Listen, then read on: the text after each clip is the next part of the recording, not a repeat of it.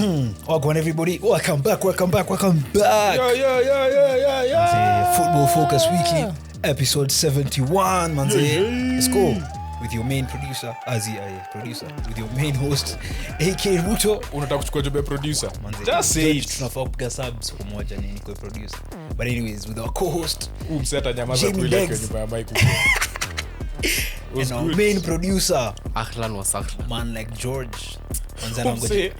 Podcast zote kuna jina tofauti. Bana Joe. Bro, baby. Duke of Moroni. International flights. But anyways, how's your weekend, guys? Weekend was full of action. George nika umezoea hii maisha. Full of action. George weekend yake inaisha Monday every week, bro. Every week kuisha tu standard.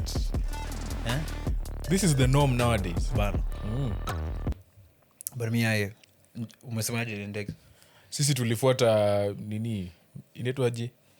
Nilikwenda kusema kitu ya Nyayo, lakini nimekumbuka Nyayo Nyayo ni hill. But tulikuwa Nyayo tuliwatch games.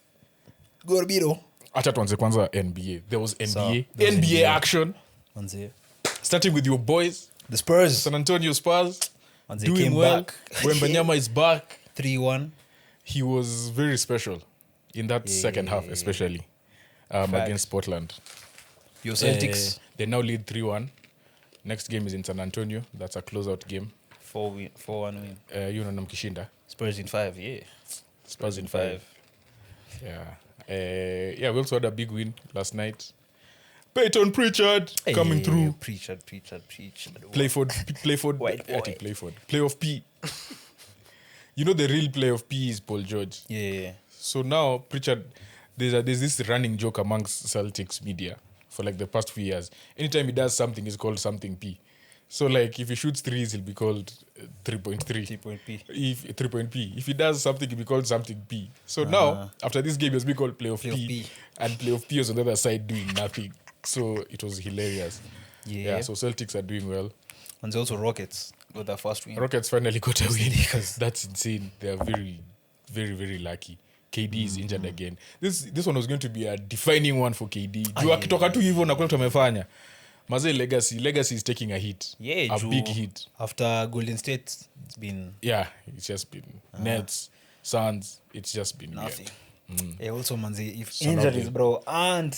They go back to Lakers. Oh, my God. Those injuries. But I heard he didn't rupture ligament. He didn't. But did you see the injury? It was hyperextended. Yeah, hyperextended from... Imagine you're going to block someone, you're 3 feet in the air, and then you land like this. Man, your ligament was so painful. And then shout out to DiVincenzo. DiVincenzo tore his ACL. Tore his Achilles. Yeah. The number 0. I saw that. There's a number 0. That was sad. So that's the thing. I don't know whether I want them to go through because they're leading 3-1. But then now if they go through, you're going to meet OKC. OKC meet Lakers. Oh, sorry. Yes. You're going to meet the winner of... Who's the 2-3 match? Spurs. You're going to meet Spurs without all these people. Like, I don't know. So something deep down wants the Nuggets. I want the Nuggets to just bring it back. From a 3-1 deficit.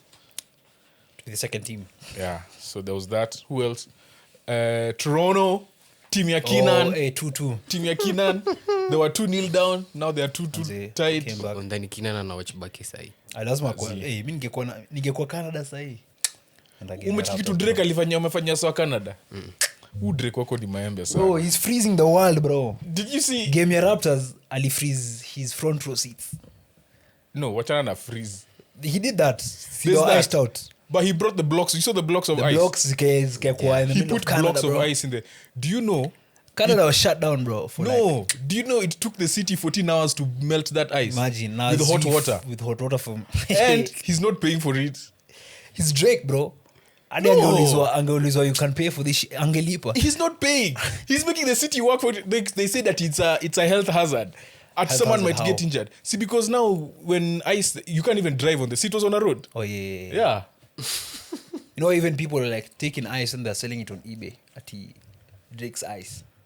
The ice being sold for like 20 pounds. The rollout has... I didn't even know about the freezing seats. That's 15th. That's interesting. Yeah, May That's 15th, the interesting. goat is dropping. But Lakini Toronto iko down. sijui mbona Ndegz anamchukia. Now, speaking of Nini, before we get into the pod, guys, we have to talk about Meg the Stallion and Clay Thompson. Wait, this is the funniest thing I've seen this week. First of all, manze, okay, me, I'm not gonna talk about sijui who did what did. Me, I want to. Okay, I'm not defending Clay, but like the disrespect he's getting. You know, guys were saying at I didn't know who Clay was until I heard sijui cheated on Meg. A 4-time ring champion for the Golden No, State. but you're a sports fan. Yeah, obviously, You're a yeah, I'll sports be fan. like, yo. It's like now, dem flani tu ametoka tu nini, your union says, have you guys heard about this Clay guy? And you're like, what? What? Ama, not even Kivipi? Clay. Let's just say it was someone It's like, actually happened. Let's say- Drew, one of my homegirls posted on a story. Me, I don't even know who this Clay guy is. yeah. Now imagine, no, Clay doesn't hit you as hard. Imagine if it was someone like, Foden. And Yeah, then, who Foden ni nani? who Foden hata alafu nasema you don't know Foden, that's Premier League nini player of the year. Yeah. So that's how it happens. And then mostly, you know, in like these countries, these people don't care about things that are not. So if you're into fashion, you're into fashion. If you're into like sports, they don't mix. us guys can even venture into sports. Like you can casually venture into sports here because it's not expensive to venture into it. Yeah. In the US, actually, I spend less money to watch all sports than an American. I spend less money to watch NBA than an American. Walai. Yeah. Like with subscriptions. Yeah. And from next season, to watch all NFL games, I only need one subscription. Damn. They have to pay 6 now, or 5.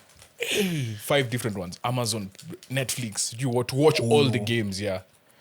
Man. So, investing in sports out there is very different. So you need to understand when someone says I don't know who this Clay person is, you just have to understand they're in another niche. they don't. But Clay, man. Wait, he's in the Mavs. Yeah. Aye, bro. Ama ni wako playoffs sahi. Walai. Bro, it's bad to us. Because Yeah, you're like posting it jam. in your horrendous basketball season. Megally jam. I'm sure she got a call from the PR team and was like, yo, what's happening? Yeah, you need to like, bring this wagwan. down. Hey. Lakini unanikaje mtu hivyo? Lakini sasa he cheated, like, bro. So It wasn't really that. He shot and said about how he refuses to commit. you refuse to be monogamous. Eh. I've been there with you through your horrendous basketball season. Hata kama una cheat. Kuna vitu zingine dem tuwezi tokea tu hivi na aseme hivyo So publicly for unasema stories. there's more to it. I know I'm just finding the situation interesting and funny. As he pia wewe, bro, if you do a lot of things for someone alafu msako disrespect, pia utajam. We make the stallion ni mzima zee. Yeah, shout out to Meg though. Shout out to Meg. Yeah. Claim as get your shit together. 4-time ring champion. yeah, get your shit together, Clay.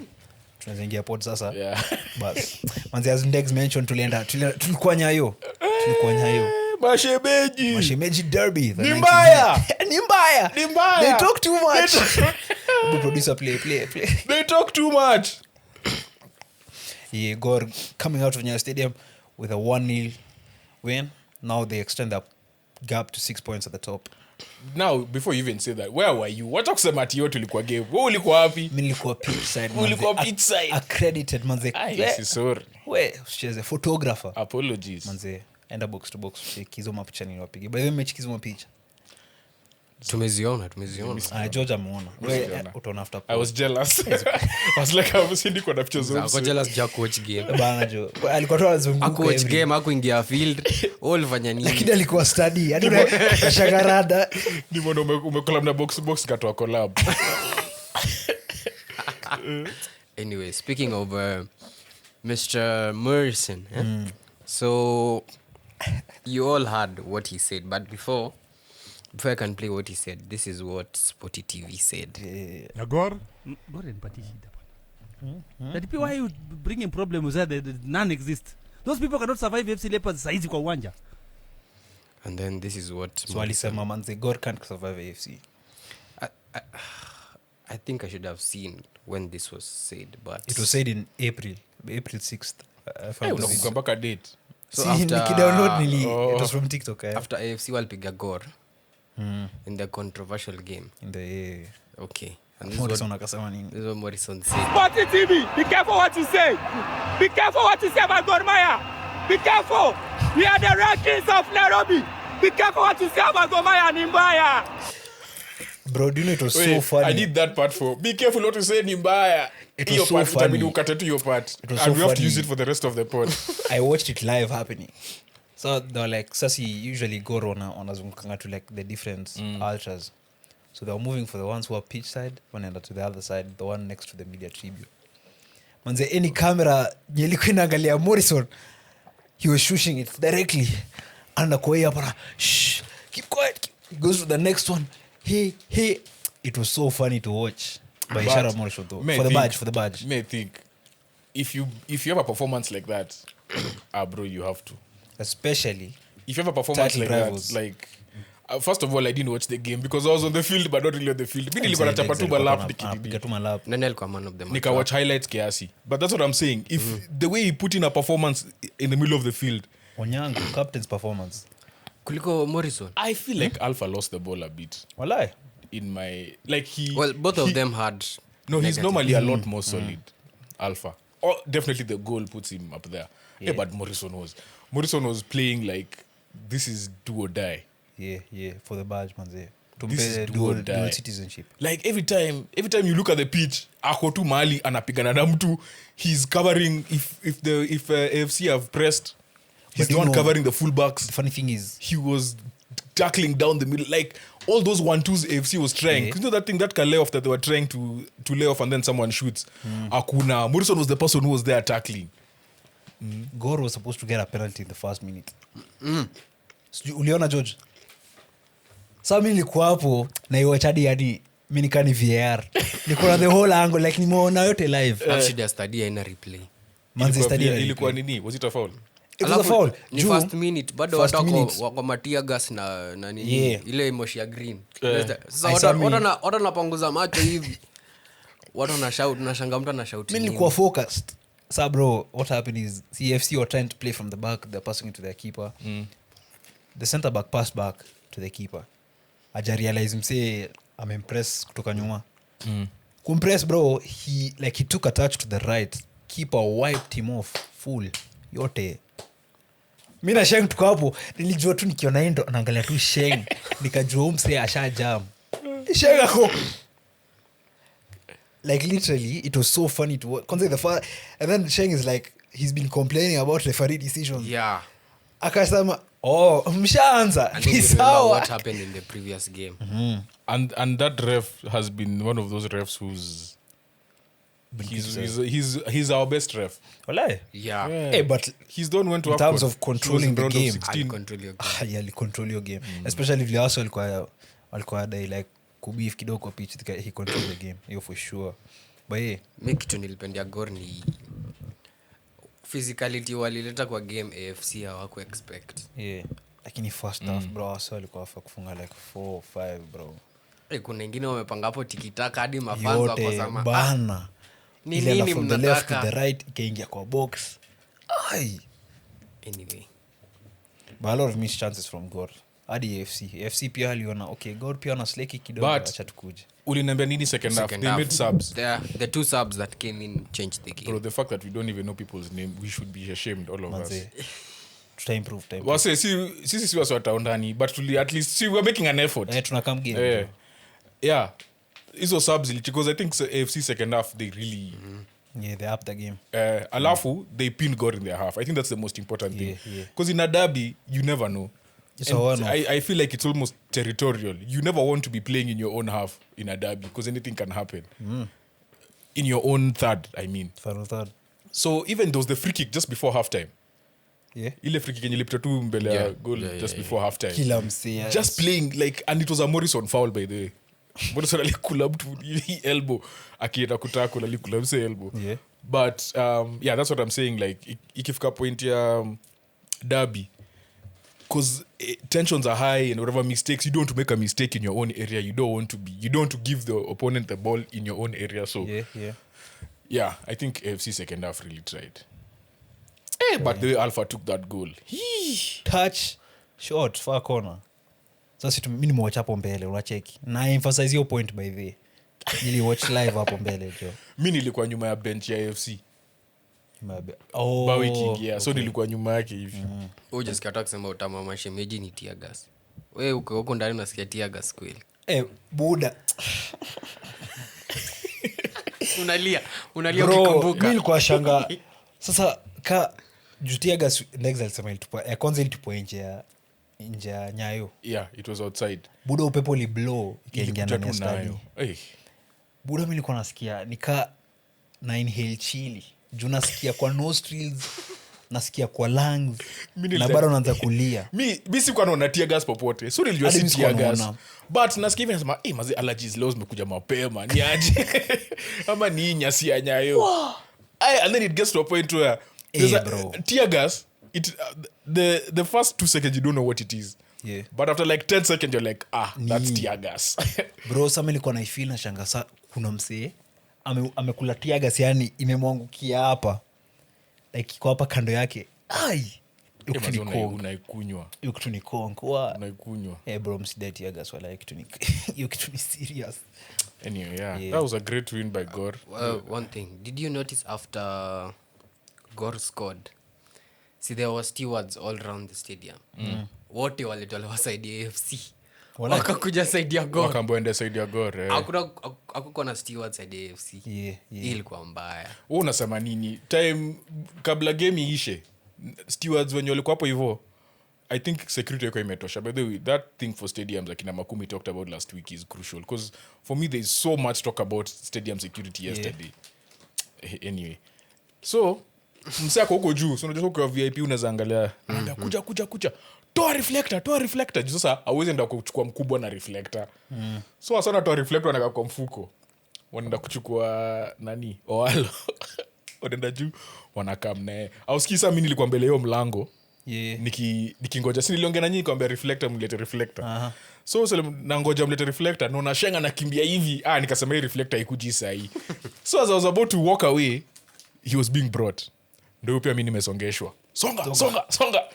Mimi nikarivas tu akapita wakafunga gate pia mimi nikaenda nikapata na Lewis wakilia.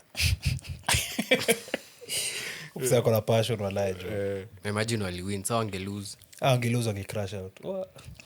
By the way, ilikuwa ishaanza kunyesha. Ilikuwa tu drizzle haikuwa. Ingenyesha ndani watu wangetoka. Mbaya. Unatoka unaenda wapi? But tena kunyesha unajua ni poa juu saa tear gas effect yake si nini. Sikia umsi.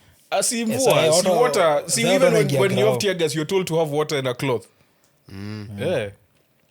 Umeanza kufikiria ka ultras. Mandamano. Ana prepare next year jo. The other thing I need to say, man, the atmosphere was amazing. Top. The atmosphere was amazing. They even released a Baba Tifo. 90 bro. But first of all, manze tujue kutumia tifos. Okay, si atina diswase. But really expect your tifo itembe. Hadi achana kutembea. Haiwezi fika. Hiyo tifo haikuwa displayed ile vizuri, yani tumuone hiyo ingekuwa the tifo itself ilikuwa safi. But hiyo kitu msee fulani anaigorosha na chini, mwingine anashikilia vibaya. Tifo imetumika kufunika tear gas. Na pia nilidhani walitumia cloth thick kiasi. So ukiwa chini ya tifo award game. Si ndio, that's the point of a tifo. Ishia. Sio sio. Ukilenga tifo hapa na pretty much watu wafanya nini? Pretty much tifo sina dunda hivi. I watch game for like 10-15 minutes. Nikiwa kwa study mnaelekea hivi tifo na Liam Rosini ameka 352. Mnaenda kuona game. Lakini sio ilikuwa before game ianze. Ilikuwa mateam zikiingia. Si hiyo ndio utamu wa game. So utakuimba gor wewe ukiona timu yako. Si unapiga tifo people enjoy the half time pre and post more than the actual game. That's what I realize people actually don't watch the game. So kwa simu wewe na watu waje kutumia mavuvuzela bana. People don't watch the game. People are there to give you and that's the thing. Everyone not everyone can be an analyst, right? Which is totally understandable. So people come for their own, they add to the environment. They're the one variety is the spice of life. Sawa. Ndio hiyo. Papa maquotes. Nimekumakia usiniangalie vibaya. No, but lastly, man, stadium security. I think we just need to touch up on it. But let me ask, do you think CAF should allow AFCON next year? If CAF should allow like flares na hizo smoke? The thing is, I feel like ukishafika kwa study you should be searched. But now that's the problem. Kuna watu wa Kenya si washazoea tunaingia nayo study. But nini chan si wali watu wali people streamlined. Because people were told you can't even carry power banks. Walai. Yeah. It was bad. Power During bank. Chan was bad. Mimi nilibeba power bank. Kwani wago? Wewe si ulikuwa na ulikuwa na tag ya Sikuwa media. tag ya media. Lakini ilikuwa But VIP. ideally you shouldn't. There are some things you can't carry into a stadium. And it was until the second game that people realized. Yeah. So people stopped carrying things. Everyone was carrying small bags, like nothing bigger than a certain size. Because CAF doesn't play with it. Nakwambia wakitumia mail ati AFCON 2027 accreditation is mimi ni wa kwanza. I'm stopping whatever I'm doing. Alafu unakumbuka walituma mpaka they were making content on social media. They were getting influencers and creators to say, tell people don't carry this, don't carry this. I remember. Earphones, do you what? You remember all those things. Yeah. So you have to do it from the get-go. But you see even jana enforcing ndio ilikuwa shida. Yeah.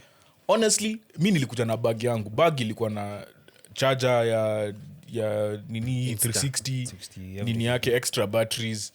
Nimebeba sweater na nini. Ningebeba maji, if you wanted to carry anything you can actually carry.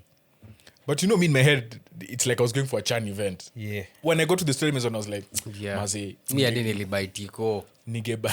Unaona hooligan. Mi nilibuy tiko. No, I bought a ticket. I'm not a hooligan, bro. No, you're a hooligan because you said hata nilibuy tiko. Kwani ulikuwa unaenda bila tiko ndio?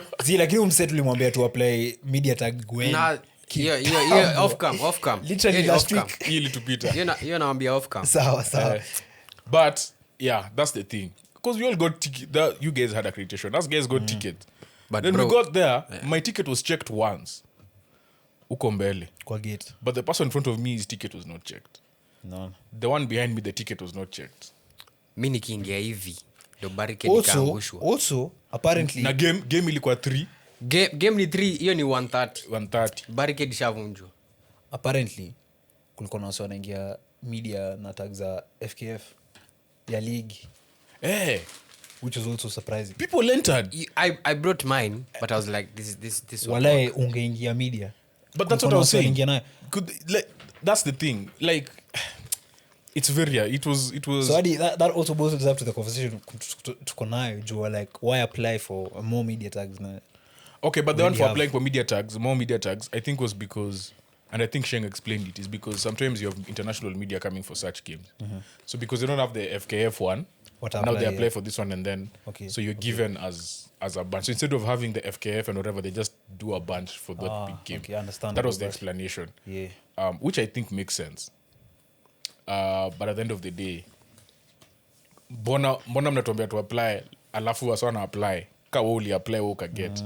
Lakini mimi ningetaka ningekuja niingie na FKF.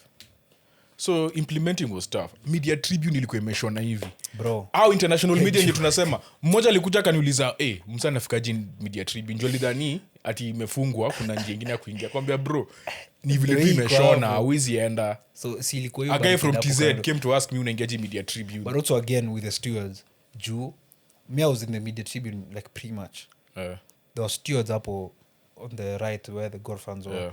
Watu tu wanaruka na mseto wanaangalia like Sako solo.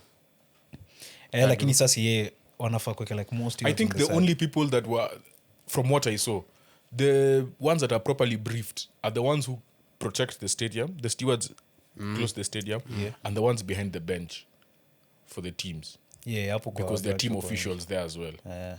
Other than that, I don't think like wale wa gate, like I don't think they're not enforcing it as much as the ones wale wako kwa pitch wana enforce. But hata wale wa pitch after game ilisha si waswali kimbia kwa field. Nilidhani ni baka na watu kwa field bana. But kuenforce your story ya ticketing ningo. Imejua wale wase kupatana archives. Wana machivi hadi Nyayo. But imagine it's possible. We saw it during Chan, it's possible. But it's just that it costs money. It costs a lot. And you have to commit to it. You have to commit to it like financially. Hawezi fanya Mashemeji, then you don't do it for another game. Yeah, you have to commit to it. And I think that's where now we're falling short. But honestly, in general, everyone behaved. Yeah, facts. It was literally just a few people. Like towards the end of the game, wale mafans wa FC walikuwa wamejam na si wote walikuwa tu kaa 10 of them wakaanza kutupa vitu. Of course wakaanza kutupa vitu kwa wase wengine watarudisha. Niliona kiti fulani na fulani. It was like a bunch of a few fans, like 10 to 15 fans who started causing commotion, but I think it was shut down very quickly. Other than that, ilikuwa tu zilikuwa tu zile ma commotion too, but not a stampede. There was no stampede. There was no, like, people behaved for a stadium that was over capacity, by the way. True. That stadium was over capacity. Let's just be honest, because videos are going to come out, and you umelipia tiko, unaenda kwa stadi, hata hakuna space ya kupita kwa stairs. Hakukuwa na space ya kupita kwa stairs. Unachikilia stairs ati tunaenda juu pale ulikuwa umekaa. Tunapanda hivi juu. Umsel niambia amekaa huko juu nani? Shenga kaniambia amekaa pale juu ako na coffee box to box. Nikaangalia hivi nikasema sasa normally you can be able to go up and you walk up at the top. Hadi Shenga. I couldn't walk. Shenga alimwona na lens. Si hadi alimwona tu hivi hadi ile George. Shenga alipiga picha kwa like utocheki ndo George hapo juu. Stairs imeshona. Waso amejive kwa stairs. Nikasema tu sasa naenda kufanya nini huko juu. Facts. Ilikuwa nguru. Nikasema tu ni sawa. But yeah, what a game though. What a game. No, that atmosphere was special. I think this was my second favorite. Na tutafute machant za game jo. Itabidi tu nini chukue tu print. Tuchiki print yetu. Kama itu ndio kwa stative tunapacha nayo. Hey, juu Goro wako na chant. Igwe hiyo kwanza ni ya both. Mpaka AFC wana chant pia. Goro wako na mangoma. Shida ni sasa coordination manze zero. Juu mtu ako na vuvuzela, mtu ako na firimbi, mtu anapanga kuanzisha fireworks, mtu ako na ile stuff ya green, mtu ako na tifo na jaribu kufungua. Kuna watu wa mangoma hapo chini wanatembea. But that's what I'm saying. Variety. Kila mtu amekuja tu na vibe yake. Ultras si wanakuwa na leader fulani. Tire dog. Bas. Mwenye ana conduct. But askiki. Sasa ukiconduct anafaa kuwa na megaphone. Hizo zinakubaliwa study kweli. Bro, kama unaweza ingia. There's some things I saw at the stadium I was like kama hizi zinaingia. Mbona megaphone isiingie? Anyway, sawa game ilibamba. No, the game was really nice. Yeah. It was better than the Soweto Derby. Oh, by the Soweto Derby ilisha nini? 1-1. Gani ndio ilisha nini? Kwa Sundowns. Derby. Zizi. Okay, Miss Dream. I don't follow South African football sana. But tuambie. By the shout out Makumi manze. Hata leo hakuna pod ya Taondani. The shout out Makumi manze. By the way guys, today this week there is no episode of Taondani because one half is still in Mzanzi. Maana anajienjoy je. Nyabo. Si asemeli kitu alisema group ile alikuwa na show off. I know you ni a group. But Nyabonga ni thank you. Abelele. Lakini hiyo chai ni tamu jo. Barini. Sawa.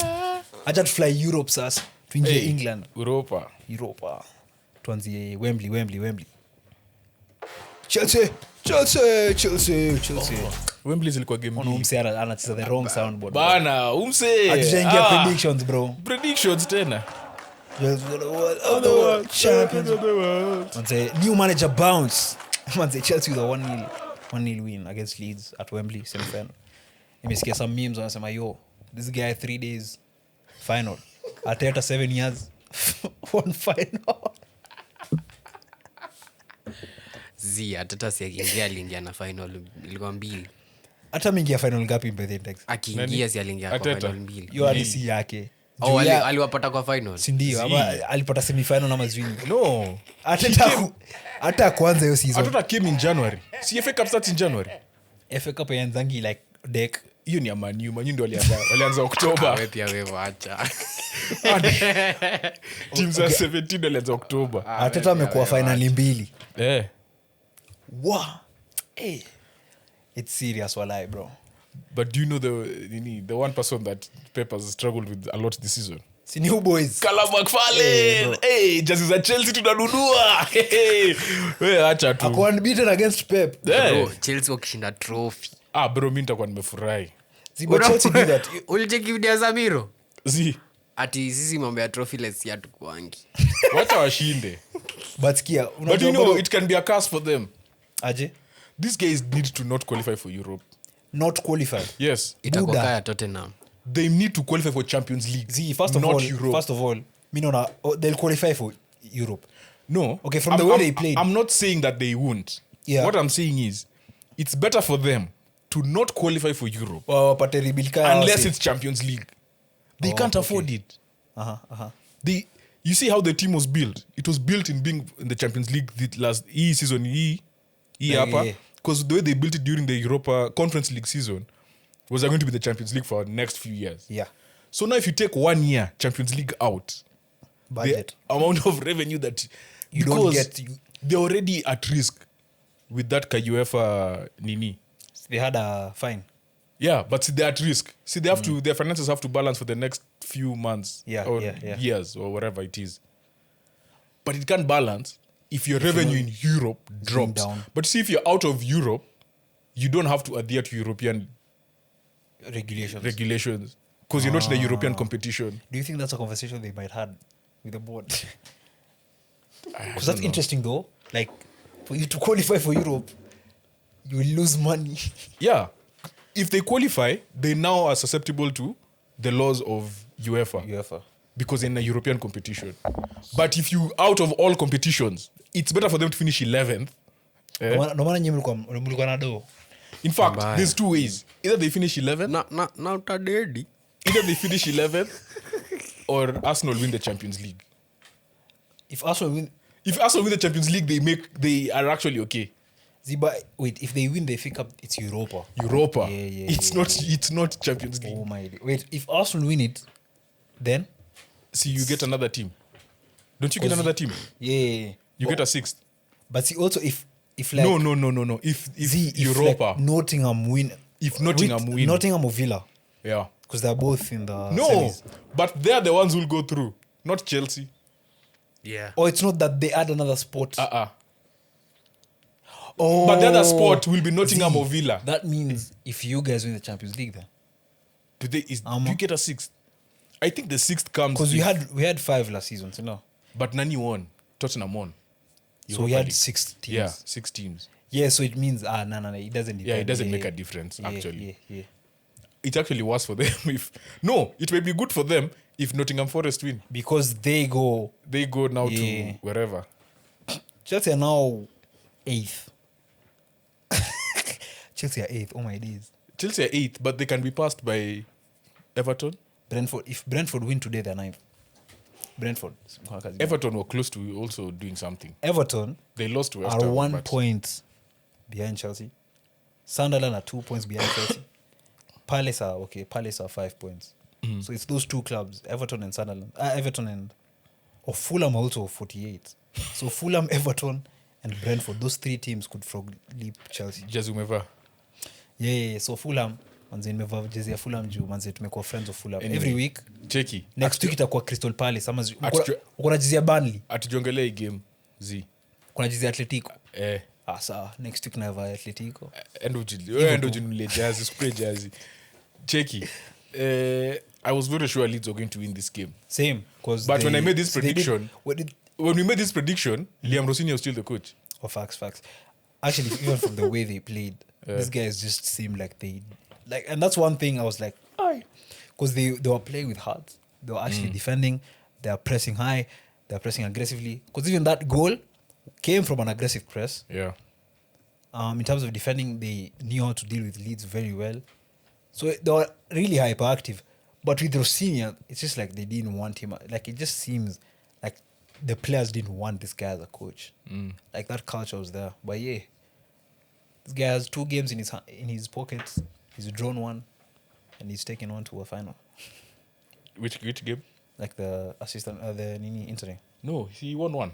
They played. Yes, They played Hull. Was it Hull or Burnley? he or managed Fulham? to. He played either. There was a game. His was second us game against was FA a Cup. team that Rossini played for. It was Hull then. It was either Hull or Fulham. Hull, one of the two. It was Hull. FA Cup, I remember. So yeah, Chelsea are now in the final. But now, But second half, We you mentioned- know, I need to give a shout out to someone on the whatever on TikTok. When Rossini was fired, I made a video. You made a video too, which was funny. which was hilarious. We both made a video defending. And the video was like just the same topic. Like, Yeah. like the same thing, bro. Msi alikuwa ameboeka hiyo time. Unaweza Honestly, nifanua Chelsea. yeah, I was very we'll talk about that. Lakini alikuwa But amevaa jezi ya Chelsea for like a month. bro, tangu ni hiyo Chelsea hajafunga bao, hiyo jersey hajafunga bao. Imagine. Wewe ndio ulikuwa jinx. Umetoa jana au kawii. So in the Prem, Bana. but See, in this the Prem, hour, bado see, hajafunga. because I realized the best hope to beat City in the final is Chelsea. Leeds was not going to hack it At least in tungewafinya. the final, yeah. But tunapiga Chelsea jo. So I was saying, this when they fired this guy, Rosinia. when they fired Rosinia, someone commented on the group and say on the TikTok, post. I need to get his name. I forgot his name, and he said he has never seen someone regress Caicedo. Of all the managers interims who have come, no one has ever made Caicedo look worse or bad. Caicedo normally looks okay, maybe a bit not to his level, but never bad. And even if his team is performing The game badly, against he's still Brighton, a he positive. said, man, this guy on shout out to everyone on TikTok. Like, you guys are actually people really love ball on that TikTok page. Manze. He said the fact when he knew Liam Rosinia was bad was when Caicedo regressed. And I was like, wow, that's an interesting point. Because it's hard. It's hard to make Caicedo look bad. Because even when Chelsea was bad, Caicedo was still one of the positives. Caicedo was still the main man. And I think it's still his confidence has just taken like a big hit. Because even in this game, yes, he was Caicedo, he was good. But then there were moments where I was like, why is Okafor and Strike and you making him run so much? Yeah. Those two fouls that he's getting. There's one where he alilima mtu, and I was like, okay, that's another part of Caicedo's game. He's always combative in that midfield, right? Like, always trying to get the ball. But yeah, he's just not looking like the same player. Malo Gusto looked nice. Fact. Looked nice. Second half, there's another chance he created where the ball, he got the ball on the wing, and then you know when you give someone who's not used to being an attacker the ball on the wing, you just have to cross the ball. Hey, bro, he did another drag back. Two people, chwa, chwa. And then he cut it back to Enzo. Enzo did a back heel to João Pedro. João Pedro is in front of the goal. Then he decides he's going to... Yeah, no, but second half, Leeds really took the game to them. Yeah. Really took the game to them. We also had that discussion point on Calvert-Lewin pulling Kukurea's hair. So which was even funnier You should ask because the United his fan. hair was pulled manze George tuambie nili happen Sikuwatch game. ilikuwa But hata Monday. sijui Ilikuwa- hata kaa alivuta hairband. Ni red card? Yeah. okay there was the Martinez one was red. No. See, that's why I'm asking him. That's why I'm asking the United fan. No. But okay it's hard. Unataka kusema nini? The intent was not to pull his hair. Say Martinez is looking at the ball. He's nowhere looking to like influence Me, I have there's Calvert-Lewin. two things. But it's clear he pulled his hair. The thing that works against Martinez's favor is that Martinez has that kind of nasty streak in him. He always does to small things which are like... History ya favor unadhani So pia wewe you're continuing with the argument that some referees And it's- ref the game. Yeah. I told you different for before each player. before games they study certain players. Like- And I'm not surprised Kukurea is involved in this. Or first of all. let's say like someone like Kukurea is fouled or Grealish. Not someone like Kukurea specifically. He is the reason this rule came into play. Juendo alikuwa tu na Sienda alikuwa anavutwa nywele kila saa. yeah. Romero alianza. John Neves. It's not a coincidence that Kukurea, you said someone like Kukurea or no, Grealish, Kukurea himself was involved in this incident. Already the ref is looking at it in a different light. Where it's like he knows shithousery. That guy Kukurea and Eke braids. Cheki. Bana. Hiyo game Pedro Neto alikuwa na dive bro. Like the whole game anaguzwa hivi ameruka. Kuna ingine the defender was just like moving his arm and then he just like grazed him across the bro. That guy alishika kichwa hivi akaroll. Another one he was fouled, which was a proper foul. But up until the free kick was taken, he was still on the ground. Yani Enzo has put the ball, he wants to take the free kick. Neto is still on the floor. Ako hivi. No, he was on all fours. And I'm like, dude, you're milking it to a point where I think the referees knew. The referees were just like, no, Chelsea today are on. And you know, they've not scored in 5 games. Yeah. They've not won 5 games. So you need that momentum. So they were coming with, they were like, we have to do whatever it takes to win this game. Yeah, and I think they came with that mentality from the get-go. So and unasema- that's where the ref was just like, unasema McFarlane ni haram. I think he empowered the South Americans. Let's just leave it at that. He empowered the South Americans. hiyo ni kali. Sanchez had a good game. Goalkeeper. Kwani goalkeeper is quite a good game, George. Sanchez Hata we Sanchez sikia- had- sikia- He's had some Sanchez had chances. some really good saves. Shida ni I want that consistently from Sanchez now. Why do you want it? Do you think he's Unajua mimi nikisemanga I want I'm acting like a Chelsea analyst, like a Chelsea fan. So whenever I'm giving an opinion about Chelsea, I'm acting in like what their fans would want from them. Check. anakuwa Spanish? Nani? Sanchez. Yes. Anaingia hiyo team. Hawezi. Azi. Hey, John Garcia, bro. What Garcia unai Simon Raya. Bro, I even forgot Let's start there. Garcia the best goalkeeper. Cheki. Hadi Barca hivi. Garcia the best goalkeeper. Garcia the best goalkeeper that we not the best. Let's just say La he's like Liga. top 5. He might be he's second. He's behind Courtois. Okay, Please, yeah. respect Courtois. Easy. That guy is the number 3 keeper. Garcia is number 3 keeper in Spain. Just crazy. Said it's Raya. Unai Simon. Unai ndio Simon. anaanzanga. Huyo Sanchez naye. Barca shiki hadi. Abook holiday. Yeah, book bro. Ama book ticket. zile tiko za nini zinaitwanga so upeleka tu Masai Mara. Bidi safari. Mbona nasahau hiyo jina? Bro. Aanze tu mapema jo. Masai Mara is ripe right now. Hakuja tu Masai Mara. Uba safari. Acha na kuna ingine tena. Mbona nasahau? Hii wanakumbe. Hii ni ya Wele Biscuit Cross. Maji ina happening when? But inakuwa hiyo time. Inapoizo masaa. Nyisi wa boy. Uwezi ulikuwa nyisi msema nyini wa fans wa Chelsea. Wacha umse abook tu safari umse. Mbona nasahau? Acha nitaikumbuka. Between late July and August. Ndio hiyo. Waanza tu kubook Masai Mara jo. Masai Mara mapema. Na hata akiumia hawatamchukua. Imagine. They'll pick someone else because honestly he's not had a great season. Like let's just be honest. Wow. It's Kuna tough. mbaya, Bro, jo. Spain you can't be injured. The only person who is injured and still has a great chance of making the squad is Merino Yamal. And Yamal. and Yamal, yeah. Actually Rodri. two. Rodri ako injured. But like Merino was their top scorer. He's the one guy who's their midfielder, their striker, like he's Striker, everything, everything. right? Yamal, you can't drop him. Yeah. So all of them are bound to get fit like late May, right? Rodri, he'll come back late May. So yeah, let's say those 3 people. Anyone Okay, else you get Rodri, I injured, think bro. They said he might be fit for Everton. But that's what I'm saying. Anyone else you get injured, until you're Walai, coming back in May, unaumia ni bro, hivyo. hakuna. And hivyo unaishi hapo. Hakuna. And maybe Kukurea. Ni ile Luis de la Fuente. Bro, squad imeiva. Hiyo squad ni wazimu. Spain iko juu. I can't wait for those World Cup previews wala. Zita come by Yeah. Yeah. So tuingie the Wembley of the day before. How are you feeling? Skia. I want to make a public service announcement. Ndegz is banned from making any player predictions from now on. Ndegz akisema sijui ati this player has done what, sijui this player sidai. Wait, what did they do? Last week Ndegz alisema by the Foden. What Foden happened? will be out of the window. Akasema Foden ataanza. And Foden started. He went and Sasa dropped hapo, mse one alilia of kwa the video. worst performances I have ever seen. Alilia kwa video manzi. Wow.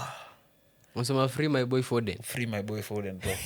Manze, guys, tuandike hapo hashtag. Nah, let him free have my his boy moment. Foden. I mean, I didn't watch the game. Tell us about Foden.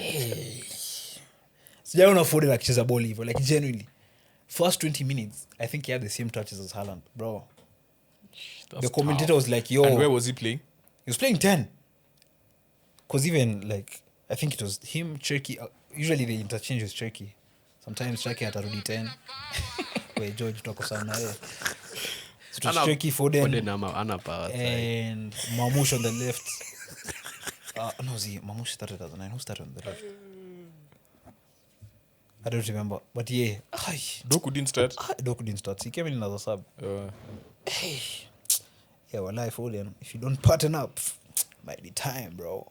But hey, Southampton, Ndegz was right. Southampton came to play football, bro. Those guys. Literally, first 10 minutes they were on us. The press, they didn't sit back. Press aggressive. They play with so much confidence. Counter 1-2 touch passes. It's at the front. Who's the manager? I don't know what's his name again. Chikiadi notes zitakusaidia. Ndio maana notes mingi ni muhimu. Yeah. Shida ni hapa tulipanga juu ya aje. Manager wa nini anaitwa? Iko huko nyuma. Eckert or whatever. How do you pronounce his Eckert. name? Yeah. 33-year-old. 33. Compact, defended deep, counter-attacked well. Hadn't lost in any competition since January. Yeah, these guys. Actually, I would say we were lucky in that game. Okay, we were lucky we had Jeremy Doku. How did you feel at 79th minute after they got that goal? I mean, I knew it was done. Because we had like chances from like, usually, halftime, City up the tempo. And I feel like that's a trend these past few games. Usually when we enter halftime 0-0 and we've created something, but we haven't scored, I'm usually confident at halftime because I'm like, Pep will give them a talk. Wataingia, second half we start well, second gear. We started well, but we're not finishing. We're just missing chances. The one I was like, was one we built it so well. Cherky was on the wing. Nunes overlapped. Cut it in. Foden's favorite position, just right there at the edge of the box. Skies it. I knew Foden was done. That was when I was like, what? Was he subbed off? Yeah, he was subbed off in the 60th minute. For who? For Doku came in. Now Cherky was at the 10. And then when he was subbed off, he looked just visibly like frustrated. He didn't even clap.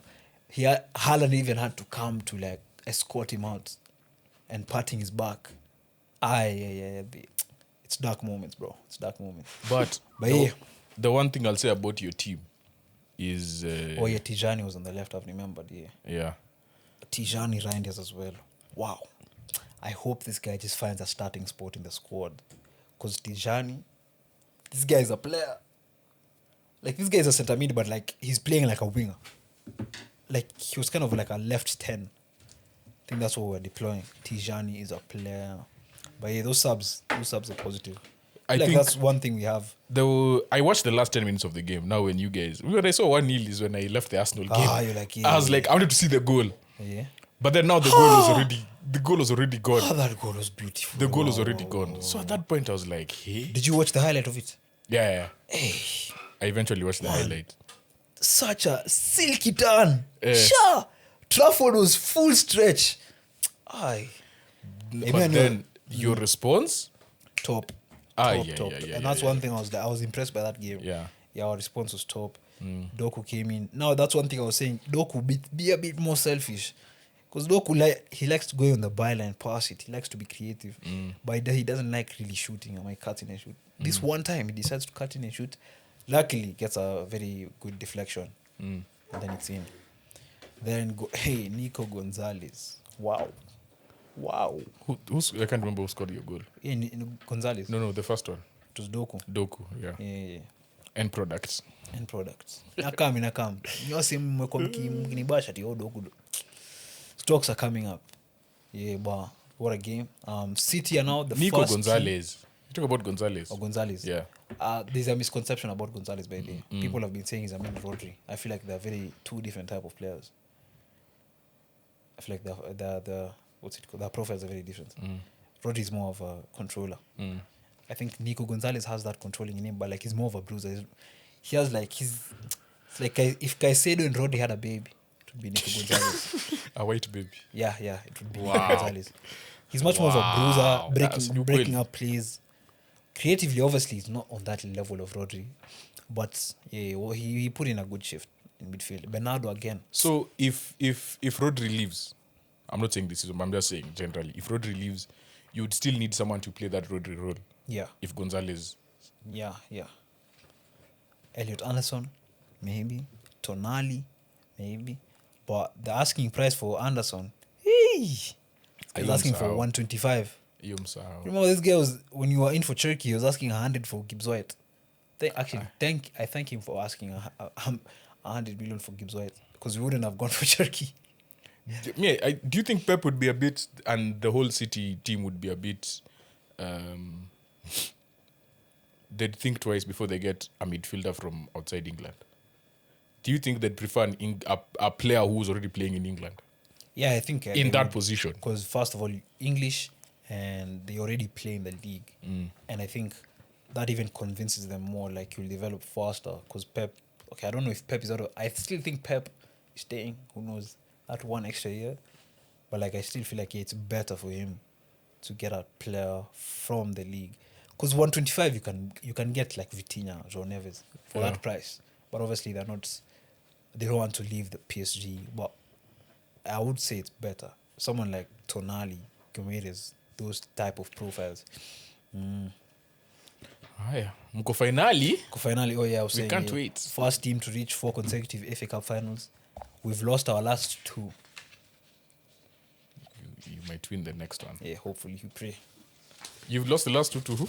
So we lost to Palace, then we lost to United. Ile time tulikuwa tumelea. Then you beat United. Now tuna celebrate Prem. And you beat United before. Yeah, the treble one. So yeah, we can move to the Emirates Stadium.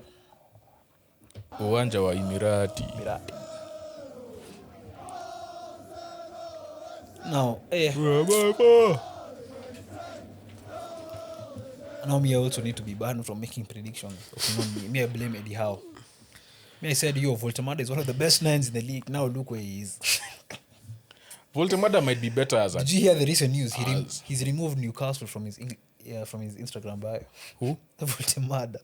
What is wrong with these guys also? Even Nani removed all his posts. I don't know. He's not getting minutes and he's being played out of position. That's one.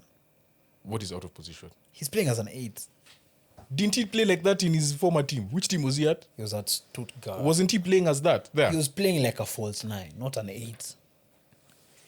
Okay, he can play in midfield, but not But Bruno was also fully-fledged. injured.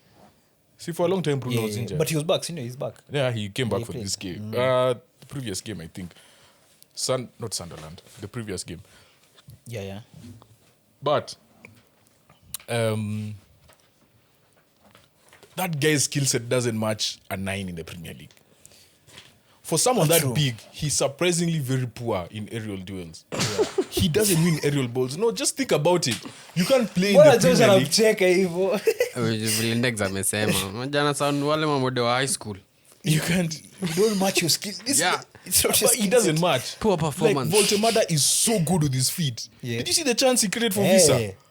I'm just like, bro, like, he's so good with his feet. Okay, I didn't watch the game, but I watched the But highlights. he's surprisingly quite poor on aerial balls. And you guys took advantage of that so well.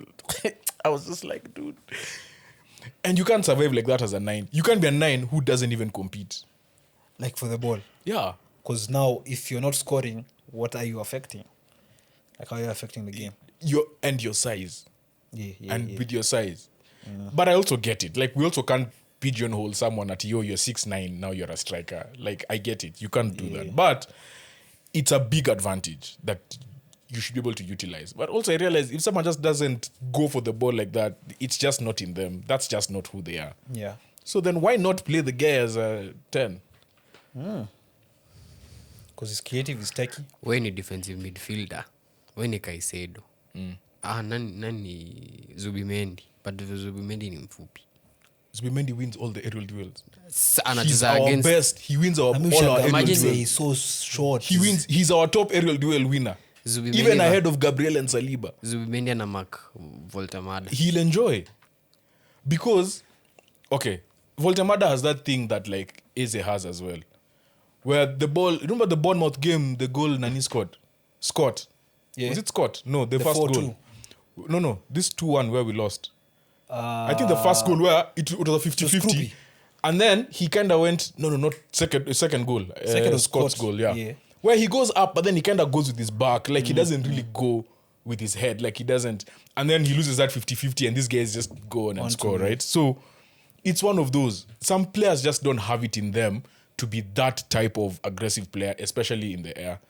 And that's why a guy like Zubimendi, when he goes against Voltemada, yes, Voltemada is bigger than him, but you see, when you take that thing personally of going after aerial balls, you're always pushing, joking for position. You're always like, before the ball has even landed, you're doing all of these things to be in position to head at the ball. Yeah. Which Voltemada just doesn't. He Like, doesn't it's have that not, skill that's set. just not his skill set. And producer Ndamudiza, yeah, if Zubimendi, you relish an opportunity like that, I'd rather face a striker like that than face Broby. Any day of the week, when balls are coming in from the top, that is. If it's a That's team one thing that's also. kicking long balls, That's I'd also one rather thing. face Voltemada than Broby. That's also one thing Southampton did. They were very comfortable facing Mamouche. Yeah. Because if you don't play long, or like they force us to play long balls, You they're face very to play long comfortable, ball, where like you do whatever. Like we'll shut that down. Yeah. So, but if Newcastle were just playing on the ground, ni ball to ya chini, na Voltemada is up front. Now there I'm a bit skeptical. It's like us guys, when it's like when Arsenal is playing and we're kicking the balls over the top, and up front is Jesus, you're like, ah. But if it's Gyökeres, it's a different story. You're like, hey, this guy likes running to the back. But then if it's those balls for Yakutuliza and his Gyökeres, you're like, ah, do whatever you want. Because you all know his first touch is not great. So, Gumboots. so Timberlands. Wow.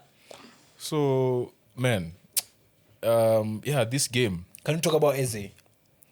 Eze is a baller. You see, they said, Eze's most like informed time is during April, even with Palace. So you sing that song you were singing last week. You sure? Oh, yeah. Please, sing that song. Let it all work out. But let it all. Next week, if you lose to Fulham, Apelekwe Coke Studio. Say, Tusker Project fame, bro. But yeah, bro. hey, yako ni Ketepa Even I Project feel fame, like, bro. okay, Everyone unapenda chai. George umesikia joke. Wait, ati unasema? When Eze is out of the team, you guys struggle creatively. No, we've struggled when he's on the team.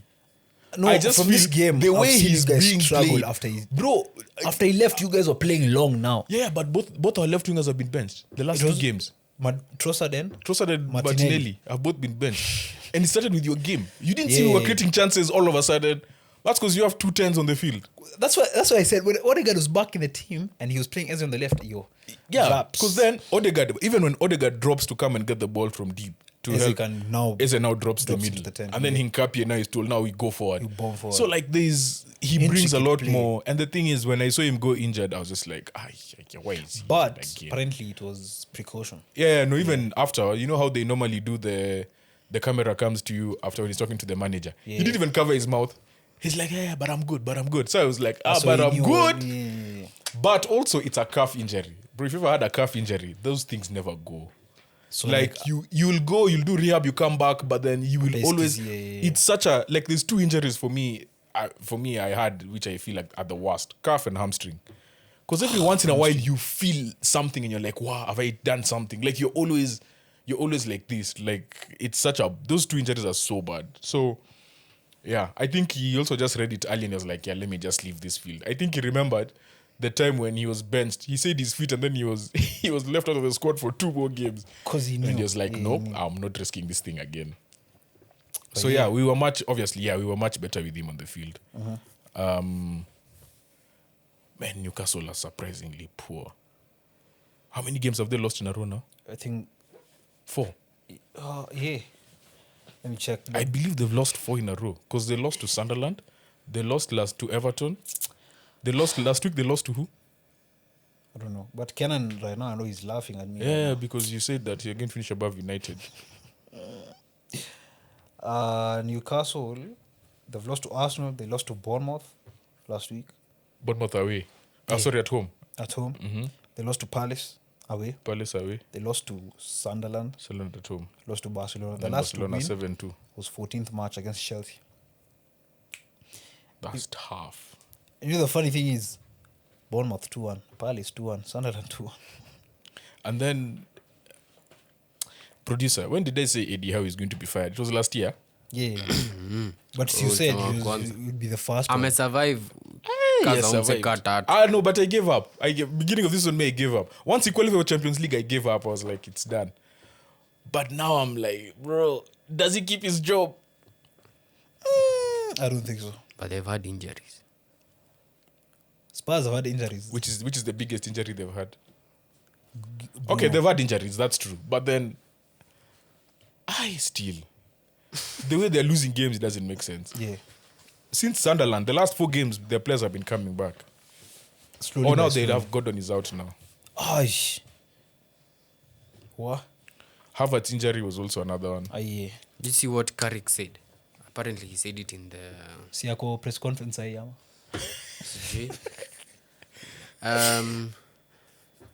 like vile mlinunua Gyökeres Yeah. ati Arteta will realize juu hiyo time Havertz alikuwa injury. You're stupid. But go continue. Sema. This nigga is saying Carrick and it was Carragher. Carragher.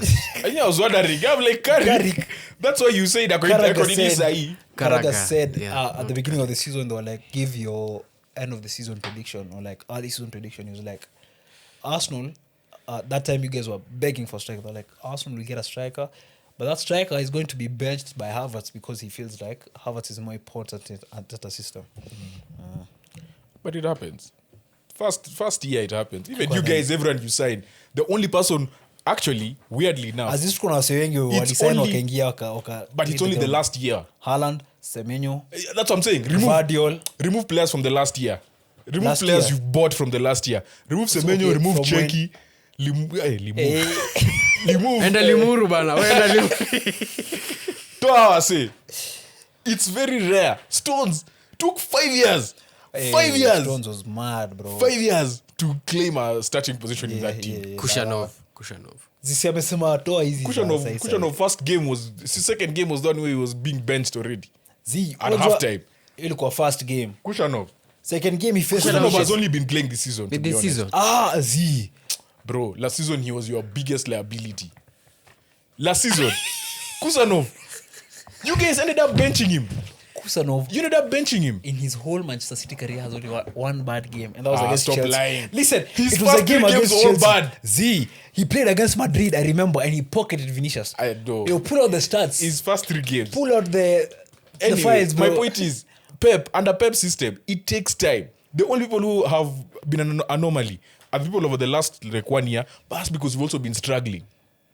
So people are coming into a team that's struggling. Or you, You guys, Semenyo Cheki came into a team that was struggling from last year, right? Yeah. Prior to that, people would come and you stay on the bench. Grealish, it took him how long before he even got onto the field a year to take a claim consistently? a year.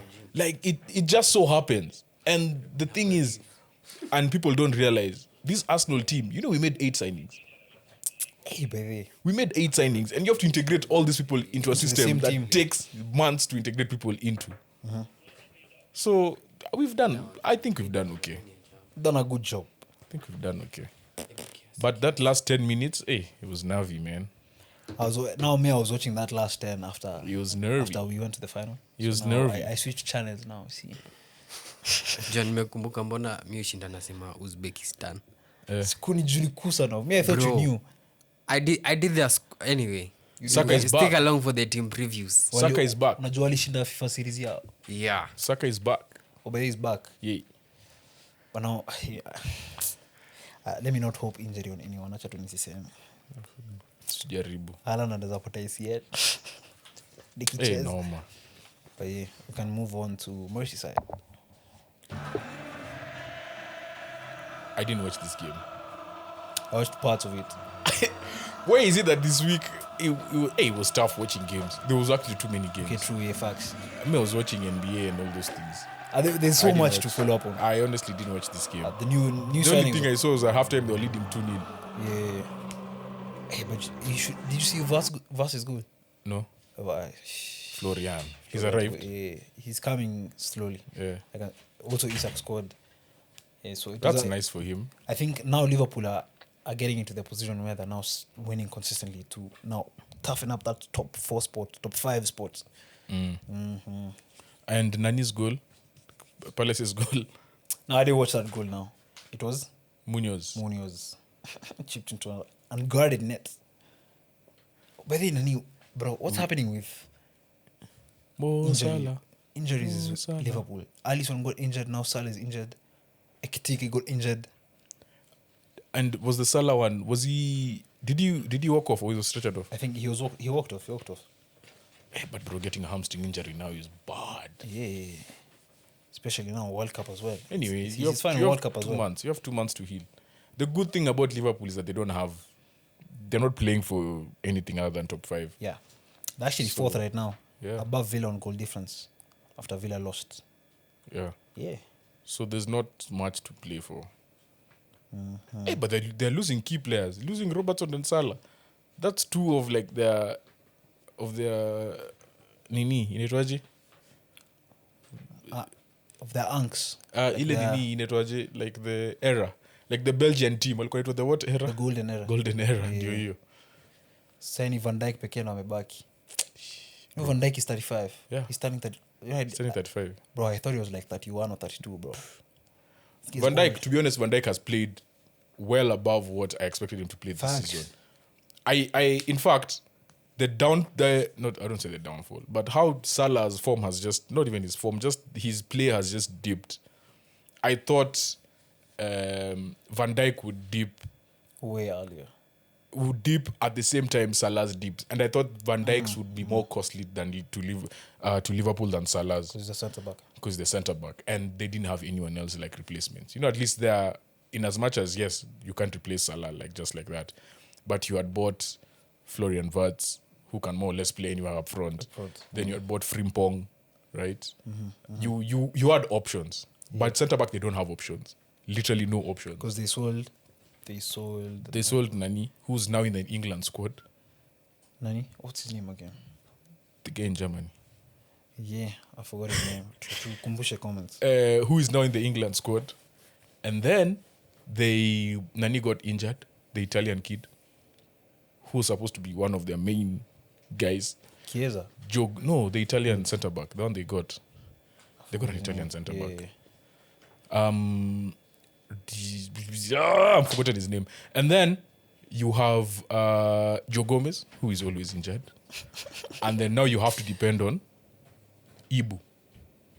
Kunat. Wait, who's the centre back for Liverpool who is playing in Germany? The one they sold? Kwanzaa. Bas. Quarel. And then who's the centre back who got injured? The Italian one? The wonder kid. Hey, you seem Jewy.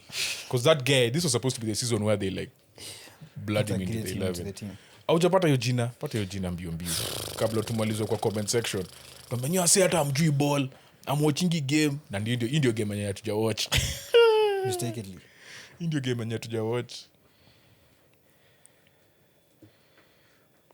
Giovanni Leoni. Yes, Leoni. Bro. So utulie. Leoni was the guy. Yeah. But yeah, I think the Liverpool will make top 4. Confirmed. Yeah, seemingly so. Woodman is holding his own, eh? Anajaribu. Woodman. Yeah. Actually, even from the first game. Yeah. Nah, he played well. Wait, is he injured now? Ama he was okay? So he finished the game. Okay. So Hey, if he's injured now, what do they imagine play? calling the academy keeper. Mamadashvili's injury was what? I don't even know. Let me check. Liverpool.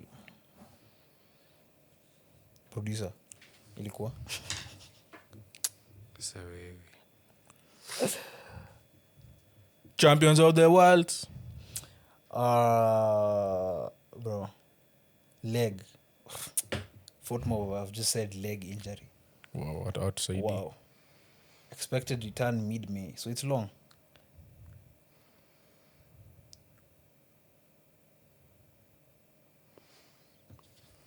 Or just specify. Champions of the world, Anyway, Liverpool are making top 5, right? Knee injury. Top 5. Yeah, definitely.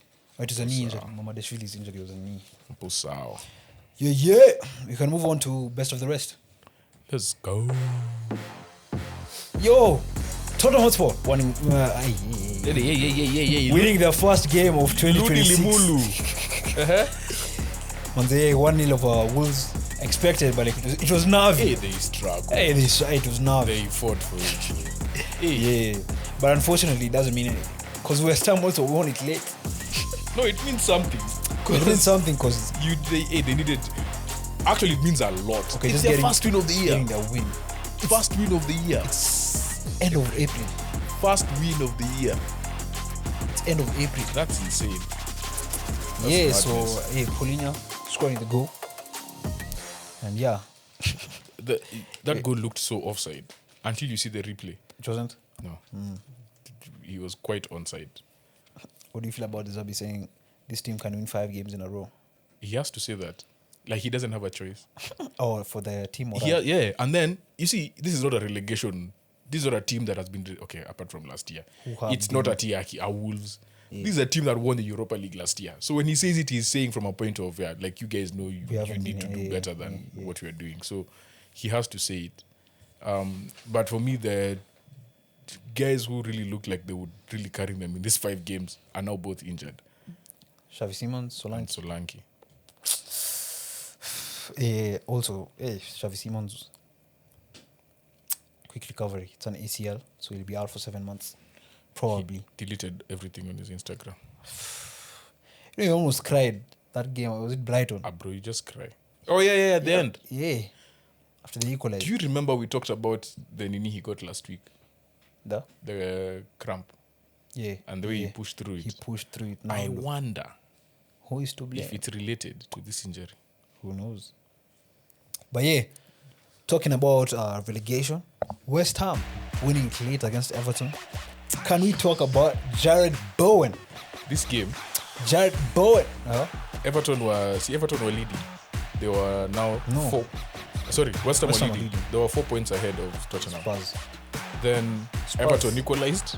Then Spurs Then scored. it becomes what? Then Spurs score. Spurs It were becomes, outside. yeah. Spurs are up. West Ham are Then down. you're like, hey, Maze, this thing is gone. This one is gone. But for some reason, after Everton scored, West Ham woke up. Hey, West Ham woke up. They actually played, they ball. Great volley from our boy. Not great, just great in the context of things. Not that the volley itself was great, but it was. Because how it ended up. Yeah. Free shot for this one. Hey, West Ham. West Ham have refused to go down, eh? Yeah, they refused to go down. And they face you guys in a few weeks. And you play Everton next. You know Everton, they've been inconsistent at home. And you'll be 6 points behind. But when are these guys going to put a match against Palace? See, it's coming. Watayeka win? See, it's already been set. Z. It's not been set The yet? Palace game hasn't been set. No, it's been set. I promise you. No, you were talking about the captain. Who's our captain? Bowen. Oh, yeah, Jared Bowen, bro. is- Bowen. I think every game, the last 5 games or so, been that guy balling. has run his socks off. Yeah. Like whenever he gets subbed off, if he does, he just looks like he has run a marathon. Like that's how he looks every time. So hey, Oh, 22nd May. it's the second last game, yeah. Yeah, before Villa. So But we're at home. yeah, West Ham are looking good. Dewsbury Hall is looking like he's. You know what's funny? All these guys who left Chelsea this season, either on loan or sold, are now just coming into their own as Crucial for the as teams. players for their teams, right? Yeah. I would also say Nani. George also came. George. Saka Light. Yes, sir. Saka Light came on. He had a good chance when it was 1-1, just went wide. So Everton had chances. When speaking And- about George, unajua nilikuwa study. Eh, Saka ni shouti Elanga. Like someone shouting Elanga. that's funny. Yeah. So yeah, so the table now looks like So now, still the same.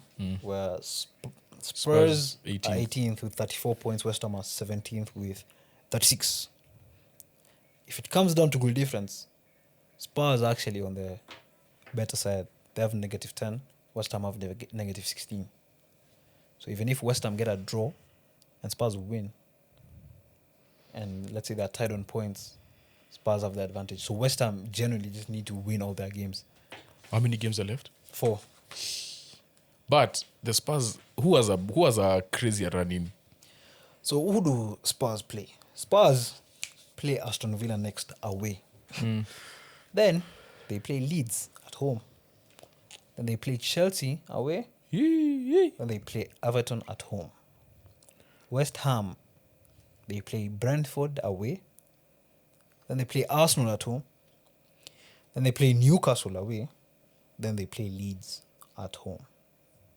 So Leeds go away to both teams. Yeah. Interesting. Then both teams have London derbies in the middle of them. Interesting. Yeah, that's going to be fire. In fact, West Ham have 2 London derbies. Wait. Brentford and Arsenal. Yeah, actually. Wow. So who goes down? Spurs. Mi najua guaranteed 6 points from Coventry. Zico. Lakini I'm not sure. But me, as long as I'm not facing Spurs in a title race, me, I'm comfortable. Kosawa. What did you know what happened on Friday? What? Nottingham Forest versus Sunderland. Hey, wait. Yeah. How did that even happen? 5-0. How? They're 4-0 up at halftime. At halftime. Hey, no, they locked in. And they scored 3 in like 6 minutes. Just before halftime. Tukaambia That's Martin. crazy. Lakini Kenan kuna ufala. Msali ambia Martin ati nusu ya jina yako ni. Yeah. Ndegz akatupa the alley-oop ndani ya hoop. Akatupa result kwa group. Yeah. It was madness. Yeah. Ndegz pia tuambie. Manze, you know your team earned a point against Madrid. We didn't, and we earned a crucial point. Let me tell you. You guys are fighting for Europe. What do you mean Europe? We're in the Champions League spot. I think we're above Celta Vigo. Hey, table. You guys are 5th. Above? Celta. Getafe. Oh, Getafe. Yeah. Who, by the way, we need to talk about. Getafe. But we'll talk about them. Okay. Celta, sorry. Hector Bellerin. The fact that it was a former Arsenal man scoring that goal, I told him I'm on a Real Madrid hate watch for the rest of the season because they are proving to be very stupid. Everything they do is just dumb. Like, it's like everything revolves around Mbappe. 3 players dropped. They didn't play when Mendy was fouled for the goal. And then, do you remember? Oh no, did you hear that Carvajal and Abelo are beefing now? Yeah. Why? They're beefing. They're just beefing. And I just feel like not every player, but most of these top players in the Real are so entitled. Dictator Mbappe. So entitled, bro. Like, they can, like when you come in as a new manager, you can't build like a pressing around that team because one person wants to do whatever he wants. He doesn't want to fall back. Or 2 people. Let me say 2. The 2 at the front. Xavi Alonso. They are not like, they're just not playing as a team. They got a manager fired that I'm still very pissed about. Ni manager ni work in Ndegz. No, Xabi Alonso was supposed to be that guy. He was supposed to be the guy who wins like 3 Champions Leagues with Real. Former player, like it was meant to be. They just ruined it. Nah, that's messed You're up. just ruining it. That's You're messed up. ruining it. That's messed up. Yeah, so Hector Bellerin came through. I was surprised Altimira didn't start the game, our number 6. I told you Altimira is going to get a big money move soon, so watch out for him. So we started with, who started in midfield? Fidalgo. Let me check. Fidalgo and Amrabat. Fidalgo and Amrabat started in midfield. And then Pablo Fornals was just in front of them. Anthony. Abde Ezalzuli had one of on them the has really had a great game. Kucho came off the bench. Hey. Bakambu started. Kucho came off the bench. Anthony was okay. He was not bad. Lo Celso. Okay. Wow. Yeah, Lo Celso was there as well. Nani got injured. Batra. Yeah, I can see. Batra got injured. Yeah. The Captain. Yeah, when our captain got injured, then Nathan had to step up after Nani came on. Who came on for Batra? Diego... What's his second name? I'm forgetting his second name. Lorente. No. Yeah. Lorente. Yeah, Diego Lorente. Yeah. Our keeper, Valles, also had a good game. So... Betis, we're looking up. Champions League is coming. It's coming. Champions League is coming. Yeah. But we need more. That team just needs a striker. Bakambu is like 30. After Nino is going to the World Cup. See, Bakambu is DRC. Yeah. Yeah, it's going to the World Cup. Once he goes to this World Cup, we need someone up front. Cucho Hernandez can do the job, but I think this especially that loss to Porto 4-2 at home. It just proved that firepower up front is needed. So. We need to do something. But I'm happy. We managed to get that draw against Real, who are now 11 points. Still play Behind Sociedad, Barcelona. Elche, Levante, Real Oviedo, and Barcelona. Yeah. Oh, I wanted to mention something about Getafe. That team is not okay. That team is not. That's one of the biggest anomalies we've ever seen in world football. Why? So Getafe right now, I think have conceded, have the worst chance production in the league. Right? Least shots, least passes, least passing accuracy. But they have the best tackling, best aerial. They've scored, I think, 19. How many goals is it? 19. What? 29. It's something crazy like that. Check. No, 29-32. I think the goal difference is 29-32. 28-34. 28-34. They have a -6 goal. Minus 6 goal difference. But they also have the third most clean sheets behind Real and Barcelona. Hey. This team is, bro, you know haram football. They play 6-2-2. And the coach doesn't joke around. Bro, it's 6-2-2. 6-2-2. Ushaona, the only team imekuwa top 6 na walikuwa na goal teams kai ni Mani wallahi unacheki. They don't concede chances. They don't score goals. All their games, if you look, just go look at the last games, you will not see a 3 anywhere. It's 1-0, 2-1, 1-0, 2-1. They lost 2-0, they won 1-0, lost 1-0, won 2-0, won 2-1, lost 1-0, won 2-0, won 1-0, lost 1-0, won 2-1, won 2-0, drew 0-0, drew 1-1. Wallahi, the last time they had a goal deficit above 3 was 21st December last year. They got beat by haram football at its finest. Betis beat them 4-0. Like you guys, people say Arteta, people don't know this. Hey, that guy is reinventing haram football. Like he's actually reinventing it. And you know he might qualify for Europa League with it. That's the craziest part. Facts. 6th place right now. Bro, they're a tough watch. Do you know what a tough watch is? Actually, but I think they make Europa cause... Wait, no. That's Betis. They are a tough watch. 44 points. Wait. How are they above Celta Vigo? They've scored the second fewest goals in the league after Real Oviedo. Celta Vigo have more goal difference. Yeah. Dude, Getafe is an anomaly. Wait, Listen. they're level on points. Getafe, They're level on points and Celta Vigo is below them. goal, maybe head to head. Walai. I don't know, maybe. George, I'm Ah, not yeah. tripping. Getafe Unless Celta Vigo have scored 28 goals. Only Oviedo have scored fewer. They have the lowest XG in the league, 24.6. After 30-something games. That means that's less than 1 XG No other every team game. is below 30. On top of that, they've created the fewest big chances. The fewest touches in the opposition box. They have 471. No team has below 500. They have the lowest average possession, 39.3.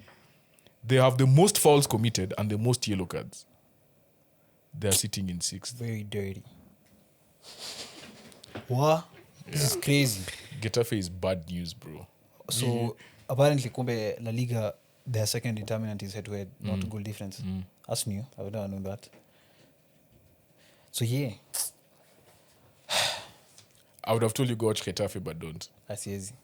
Mimi mtu nimezoea Cherki, Semenyo, Wadoku. But you might watch because any team that plays them is playing against a low block. You're used to seeing low blocks Okay, true. So yeah, that's. and how you break it down. So I had a little fun segment we were introducing again. So I wanted to ask, what is your club's Mount Rushmore? So how this works, you choose 4 of the greatest figures in your club's history. Okay, not history, from 1992 when the Premier League started. So Ndegz, have you thought about this question? I was thinking about your Mount Rushmore. Me, my Mount Rushmore is I think we should do our teams and then we do your team. Everyone does their team. So you do for Arsenal and Man U. That one does. Mi sijafikiria. I haven't thought about it, so we'll just think about it on the pod. Anyway,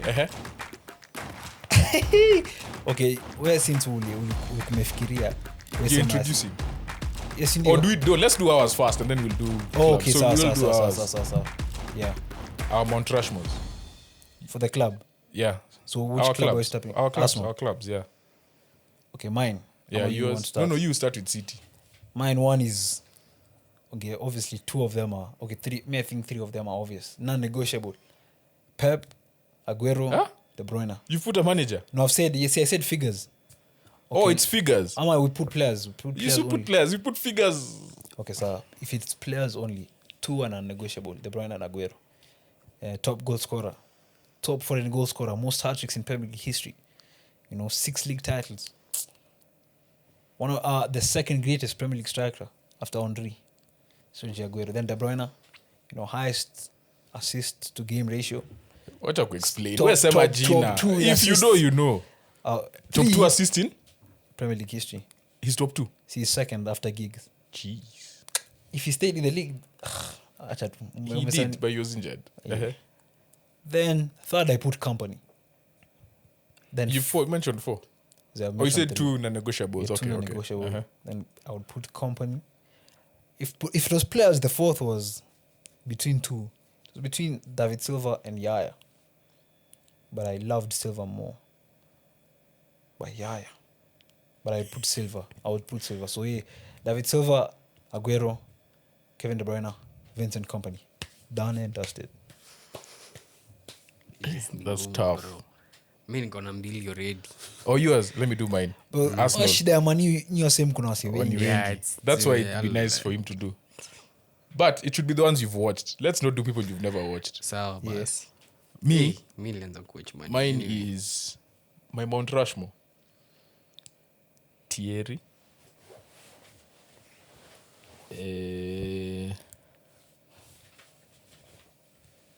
Vieira. Damn, it's hard to not put DB10 there. That's what I was thinking as well. Because Dennis Beckham changed the culture. Like when he was brought in, Yeah. people used to drink before practice training and after. People used to Beckham. drink alcohol. Before training.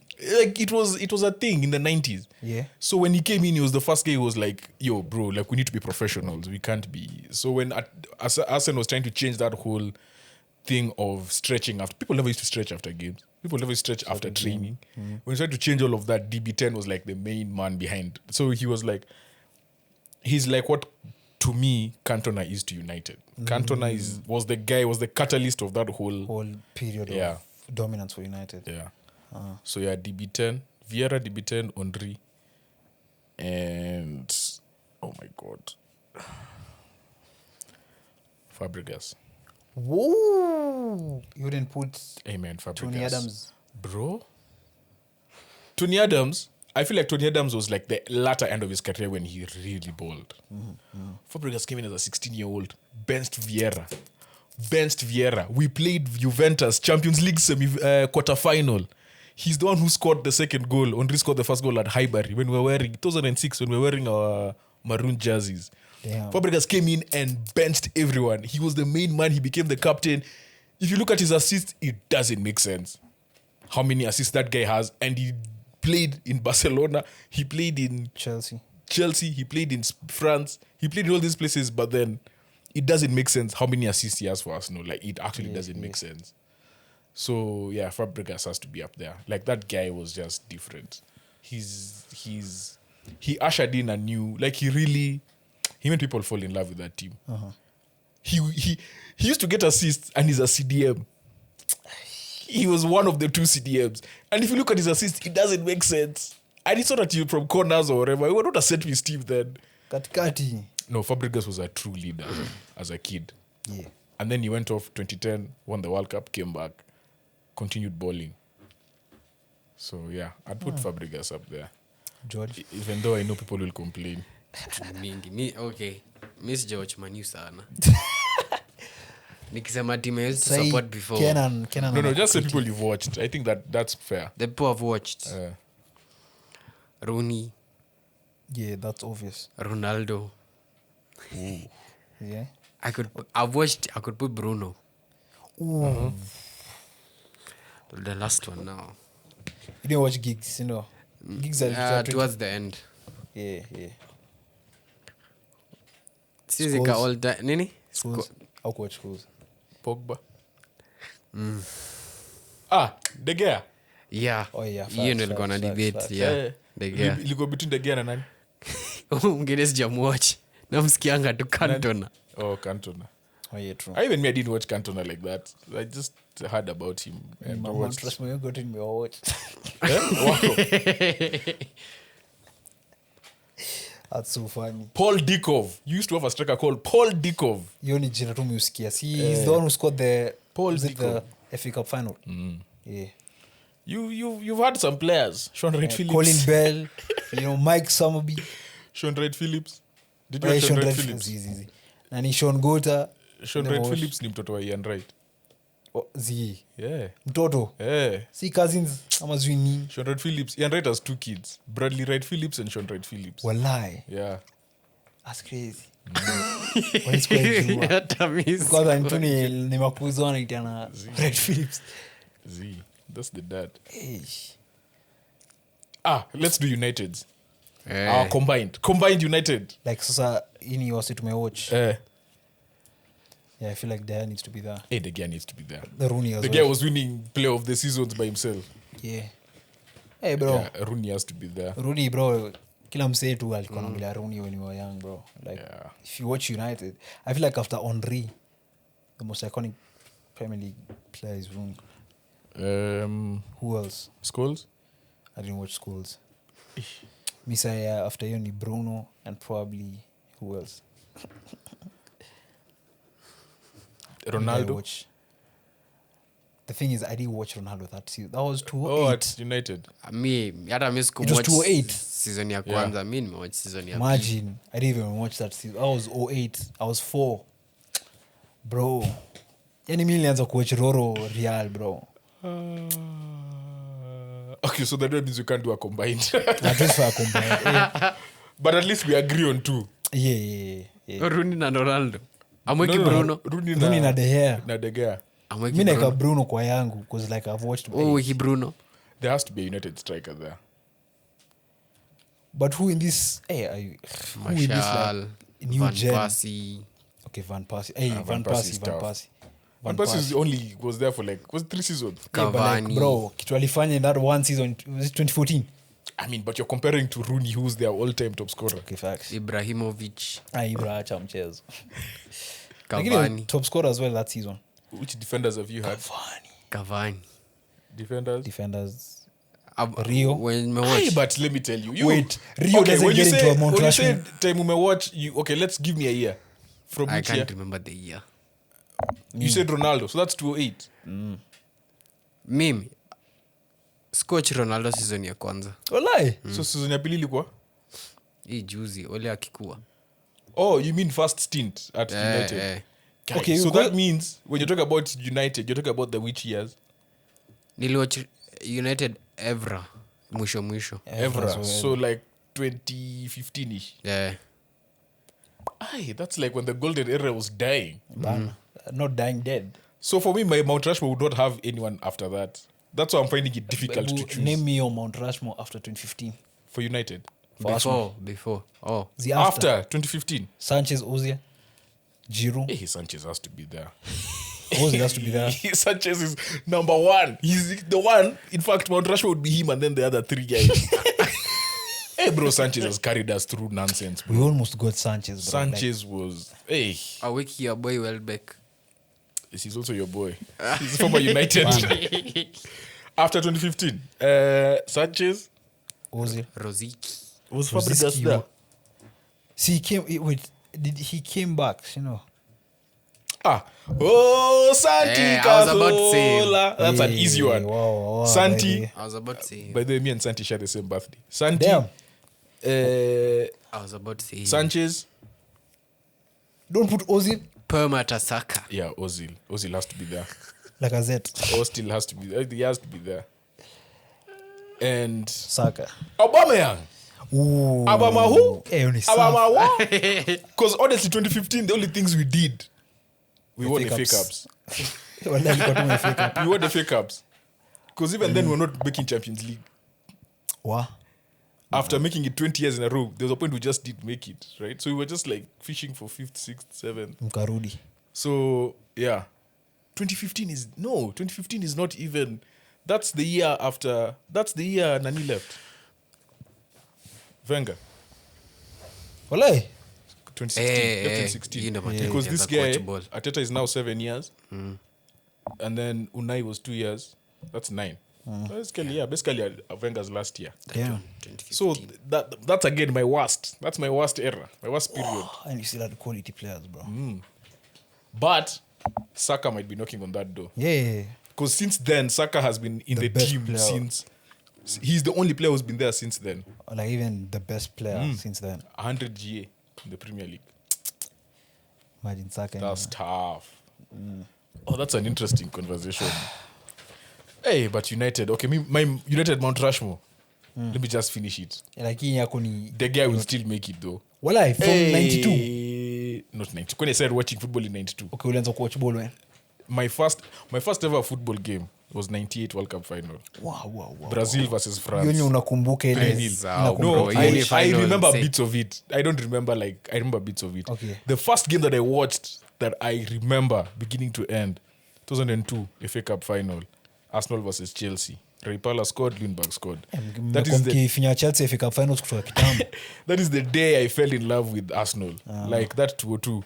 Then 204 was the first season I watched Arsenal like proper from beginning to end. And then which the was first the last season was season. the invincible season. Which was the last season I you watched. actually watched you Yeah. won the Premier League. But before then, I was a football fan. Actually, I was a Beckham fan. Beckham made me love football. Yeah. I would just watch Beckham. I didn't even know which team he played for. I didn't understand the significance of United or whatever, right? I didn't know. Watu wajuu Beckham too. Motherland by a jersey. I had there's photos somewhere of me having full United kit. Hiyo lazima tupate John. Akiangai. Of full Tukipata. United Nala. kit. Tukipata hiyo picha Ndegz. Of full United kit. So she bought the full United kit. And then I changed schools. I went to Strathmore. Then that's where I got a coach who used to teach us how to play football. Like me, Biko, all of us being taught how to play proper football. And that's when I watched the Arsenal game, FA Cup final, and I was like, what have I been watching? And that's how I fell in love with Arsenal. Damn. The only thing I kept from that kit, No, I'm thinking. United, was the shoes. You know, I know, in I'm thinking, 2000, like- 2001, My age mates haven't seen like a Premier League title, bro. Like 2001, How do you let me feel? tell you, Yeah. football was not, the only way you knew about football was through magazines. And the only person who graced magazines from... It was Beckham. It was Beckham. Yeah. Beckham was everything in football. Like, every kid wanted to be Beckham. There's no... the style. Everything. Like, I'm telling you, like, it was... Being a football star then was different. That's why his power now, his stature, is bigger than football. Because he was football, but he was also... Blogs used to go to the World Cup just to see what he's wearing on that day. Blogs. What his hair. Like this to like Mpasho for UK type of thing. That's all they used to do. So the only thing we had from was Beckham.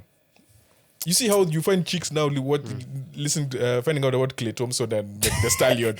That's how we used to find out about Beckham. Hey, Beckham was everywhere. Like Beckham he was doing underwear commercials. He was doing Adidas commercials. He was doing hair gel commercials. He was the face of the Premier League. Becks was everything. Who made you fall in love with football? Aguero. Aguero. Me, I remember the one I vividly remember watching.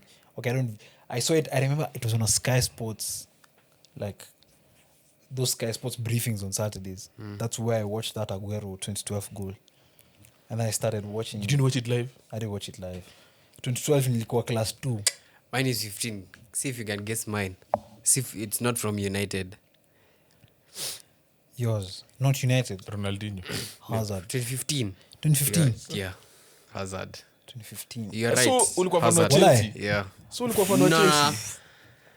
I liked watching him play. But you see, that's the thing about like football. Whenever you get to the sport, you find it's someone that's completely different, and then all of a sudden, the team you fall in love I with remember is it was like Aguero. Then he used to just score in every big game. you might be the only person who fell in love with a player who's in the From team the that you club, ended up yeah. loving. Wait, Okay, it's aukweka Sane na Mahrez kwa nini?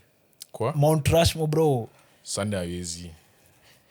Mahrez. Mahrez hawezi. Probably, let's say the 2020s, I would put Sane and Mahrez. Like that Pep era, they could make a case. Ebu rank these three wingers in the Pep era. Sane, Mahrez, Sterling. Because if you think about it, I don't think The thing is, does any of them actually... Sterling has the most goals there, right? yeah, but like, I'm thinking who do you put third? Sane. Sane though. Yeah. I And would put Sane. Mahrez first because you won. But like, because you won a Sane, Champions you League. you put him third, but like third isn't even bad. Like Yeah, it's not then bad. Sterling second. Sterling have put second because Then the Mahrez goals he was first. scoring. Sterling was a bad guy in this league. Was Oh, very, very, very, very bad. hey, Sterling was just everywhere, bro. Goal scoring, assisting, consistency. But Mahrez was just that guy, bro. Steak. Anyway. But yeah, Yeah. Twingie, predictions. We have midweek Champions League. On Tuesday, 29th April, we have PSG taking on Bayern Munich at 10 p.m. First leg. Bro, do you see what Bayern did during the week? Our weekend. Hurricane is. You know, the one, the Bundesliga game before the Real game, they were 2-0 down at halftime. Came back, they won 3-2. And then they won the league for that game. This one, they were down 3-0 at halftime. They won it 4-3. But I still... Hurricane has 50 goals this season. Yeah. 53. Passed. He has 95 Bundesliga goals in 91 games. 95 in 91. I believe he has 53 this season. He has 53. Yeah, you're right. Yeah. 32 goals in the Bundesliga. He has that's the most in any league. Yeah, he's top. If Ireland locked in for just 2026, different story. That But- guy is focused on the World Cup. Yeah. It's Ama just- nichukue Norway World Cup. I'll see Inter No decide. way, no way. PSG.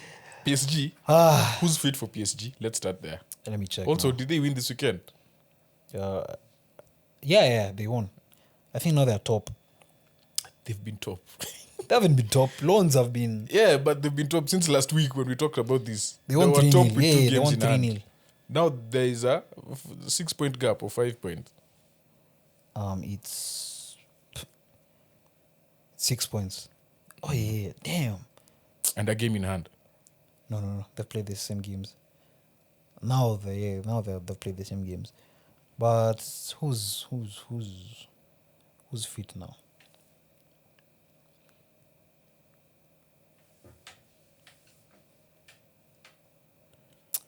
Anyways, Desiree Doué got injured in the last Champions League game, right? yeah, and Bruno Mensch, but they came back. They came back. Bakola is fit. Ramos is fit. Lee is fit. But hey, they rotated. Wow. Yeah, Nuno Mendes was on the bench. Doué was on the bench. Kuvica was... What? They've rotated the whole front three. For this Doué, game. Kuvica, Dembele were all on the bench. Nuno Mendes was on the bench. John Neves was on the bench. Basically, half the squad was on the bench. And they still won 3-0. PSG, Bayern Munich. And then who else got... So, Bayern have everyone fit. Yeah, I think so. Hey, bro, this one is tough. Very. This one is tough. This game is worthy of being the final. True. This game This worthy is of what being we've the been final. saying about City Real Madrid. We deserved a City Real Madrid final. Why? Because, bro, it was This the year? class. No, as in past years of the Oh. Champions League. When we were like I the thought you best were going to say teams. this year. When we were the best teams in the You Champions guys, League. you benched people in the Champions League against Real so that you win Carabao. Champions. We were looking at the realistic. You took. scale. Let's just be honest. Let's just be honest. The way you guys played in the Champions League, Yeah, okay, you took facts. it more. You okay? I won't say you took it more seriously, but it felt like you played the Carabao Cup with way more intensity. Yeah. But I think that And Bernardo tactical. Red just was like, It doesn't. You guys were already he down. made. 3-0. Remontada was alive, bro. Nah, kuna live. But I still think PSG edged this one. I'll go with the PSG. No. Hey, bro. Will Yeah. this game have goals? Let's start there. Hey. So I is- think what is- PSG can do against Bayern is exactly what they did against Liverpool. When they try open you up, bro, hit them on the counter. so And PSG are very efficient at doing that. Gnabry is out. Company is in the stands. Oh.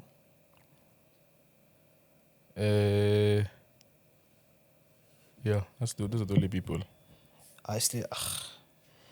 I'm going for a draw this one. I think first leg they draw 2-2, then second leg probably PSG edges it by Kai. Luis Diaz, Ken Olise. Dembele, Kovic. Wow. Bro. Hey, I don't know, bro. I just want to be entertained. You know die. Yeah, I want entertainment. So and I want PSG to go through after 2 legs. Next game on Wednesday, 30th April, we have Atletico Madrid taking on Arsenal at 10 p.m. Sasa hii lazima tuende prediction. Mbona ni predict? Atletico, prediction, you know. Team yako. Wewe ushaona Ateta kitoka press conference akisema na predict team. Kwani yeye ni msawa box to box. Si team yake kwa final. Kwanza nisaidie jezi ya Atletico. Mi check Bana. Wewe unafaa predict. Ni yenye hamna matimu. In fact you have a lot of time to predict. Tunaniambia nini? Wewe kwanza hadi unafaa unawasha game. Unafaa kuona inaenda kuanza jo. The number of times tumepredict games seka bado hajacheza game ya last will predict. Imefanyika sana. Yaani namka Monday asubuhi kuna prediction ile film last week. Wewe tulia bana. Bro, prediction last week Monday ndo tuna post leo. Mchezo bana. Schedule 1 week. Zote inakuwa 1 week. But mimi naona if Eze is fit, he's not. I don't think he'll start him. I'll go for a draw. He'll start Martinelli or Trossard. It's Konda Atleti are starting at home, so okay, I'll go for a 1-1 draw. But I bet it will. I don't think it will be a haram football. I think it will be. It can't be. I don't think Atleti are not the haram team that they used to be. Yeah, they actually want to attack, and because of that, they concede chances. The thing is, they have this guy called Julian Alvarez, who we need to be very wary of. You guys have Gyökeres. If they concede chances on the counter, bro, you can't compare the two. You really can't. Your Gyökeres is that bad at Ndegz anasema. No, this is him defend. I can't even defend him. Even you, if you're playing against your team, and let's say Haaland was out, are you going to start comparing Mamouche to Alvarez? Yeah. I'm joking. Alvarez is different beast. Yeah. I mean, I'm going 1-1 first leg. I'm going with the 1-0 Atletico win. Oof. Ndegz win. Yeah. For Atleti. Yeah. Why? I'm just not seeing us. I'm not seeing us create without Eze. Do you proceed? I'm not seeing without Eze. Do you proceed next week? Yeah. Remontada. See, that's the point. Yo mchezo wa kwanza kusema remontada. Uzuri. Iliramba Barcelona. Sasa mkiluzu una jam ama unafurahi juu ili predict correct. Si kuna second leg. Yeah, atanda kuona. Sema game ni 180. This team can win 5 games in a row. Game ijaisha. Game ni 180. Bas. We go to the Premier League. On Friday, 2nd May, we have Leeds taking on Burnley at 10 p.m. Leeds. Yeah. 2-1. 2-0 Leeds. Burnley. Already relegated. We relegated them, so yeah. It's done. It's over with. So, we enter Saturday, 3rd May. First game, Newcastle taking on Brighton at 5 p.m. Ooh. Interesting game. But Brighton... These are the games which are... No. Brighton have a chance, but Newcastle need a result. Like, they desperately need a result. No, but Brighton are unbeaten in the last 5. I know, but I'm saying Newcastle desperately need a result. They haven't won. You said since 16th of March. Yeah. Wait, Newcastle? Yeah. Yeah, 16th of March. 16th of March. Which means... The Chelsea game. They have not won a game in April. Mad. They haven't gotten a point in April. Yeah. Which means May is their next. That's tough, bro. So actually, they don't get a point in April. I'll go with the draw. I'll still edge it to Brighton 2-0. 2-2. Then at 5 p.m. again, we have Wolves taking on Sunderland. Hey, Sunderland mlinyanyuliwa. Mnapigwaji 5. Sasa wanaenda kurudisha saizi. Hey, Matene hebu tu explain hiyo. Bana itabidi ukiwa huko Soweto. Tell us. Sunderland win. Sunderland 3-1. I'll go 2-0. I'll give Wolves a goal. They're playing. They don't have that goal. Yeah, so they're left side. 3-1 Sunderland. 2-0 Sunderland. At 5 p.m. again, we have Brentford taking on West Ham. Hey, all the relegation teams are playing at 5. Except Newcastle Brighton. Yeah. So Brentford No, they're playing right now, actually, currently. Yeah. By the time you watch this pod, we haven't seen the United Brentford game, so 1-1. I'll go 2-1 West Ham. At 7:30, up the Cravens. We have Arsenal taking on Fulham. My team. Yeah. Let me stand up for this, Fulham, you have one job. The enemy is one. Amaje George. Adui mwombe njaa. Just. So Fulham, we need a favor. I know you guys are battling for Europa Conference League. You can do it. I believe in you guys. Yeah. Who did Fulham play? Alex Iwobi. It's not Alex, it's Alice. Olay. Alice. No, it's Alex. But you don't Nigerians call him Alice. Alafu afunge. Alice. Lazima afunge. Hizi funga. He loves his team. Against his former club. It's even though bottle. It's not former. That's his current club. Newcastle, Azi. Southampton, when Theo Walcott scored at the Emirates. Alex Iwobi will do the same thing to put the dagger on Arsenal title. So I'm being delusional. Who did Fulham play? Fulham played Aston Villa and they won. So predict pia 1-0 Fulham. 1-0 Second Fulham. leg. Nimesema Iwobi. This week I'm Nigeria. 2-0 Arsenal. You over Fulham. feel nini? Nigeria. I feel fufu. 2-0 Arsenal over Fulham. Let's go to Sunday. We have Bournemouth taking on Crystal Palace at 4 p.m. Bournemouth are winning. Yeah.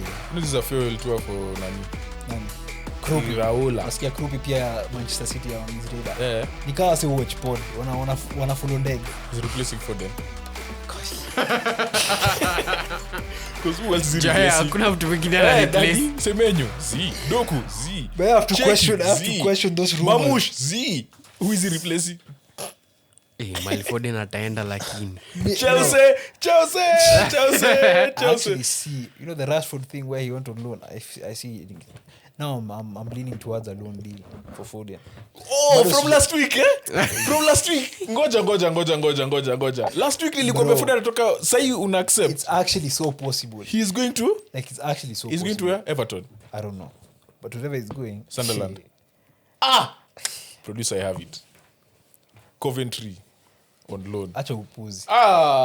They also wear sky blue. Ama ni blue gani? Year of Wewe pia 2024 wacha. in 2027. Wewe uko na propaganda mingi. Atenda, he can't go to a Premier League. He'll go abroad probably. Akienda Bayern. Atenda, he can't go. Haizi enda Bayern kufanya nini? Musiala.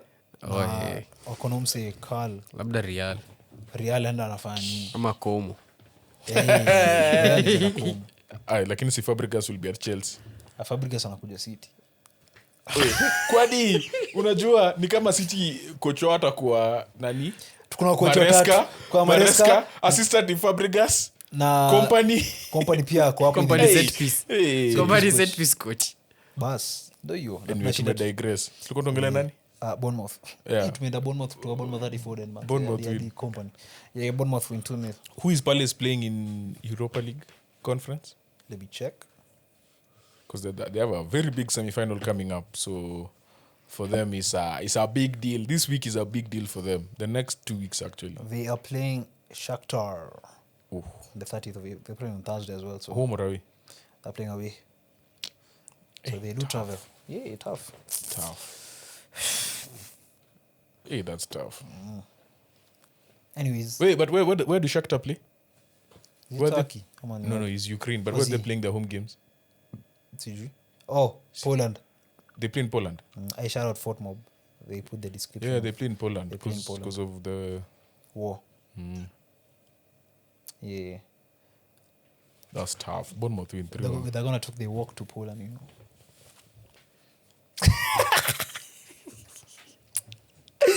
Yo, big game on Sunday at 5:30 p.m. We have Manchester United taking on Liverpool FC. Do you know when 4th of May is? Sunday. It's the anniversary for Not Like Us. Manchester United versus Liverpool. Let's go. town, daddy. He just had to do 2 that. years. He just had to do that. 2 years. He just had And to do you that. you know how someone was finished on that Just day? had to It's do the that. same way Liverpool are going to be finished on this day. I'm going for a Manchester United win. Emphatic. Joe story, I'm going for a Liverpool win. Emphatic. 3-0. Liverpool 3-0. And if you do combined 11, you have to put Kendrick in there. Let's Sir. go. Kendrick the coach. Drake ni technical manager. Uongo. Ni sama, hakuna Combined ice. 11. Eh. Lamens. Lamens. Hapo mkonda kutuibia. Relax. Woodman, ulikuwa unasema Woodman? Saji. Uh-huh. On the right. Dalo. Lazima ikuwe. On the left. Zizi, Szoboszlai. Just take it.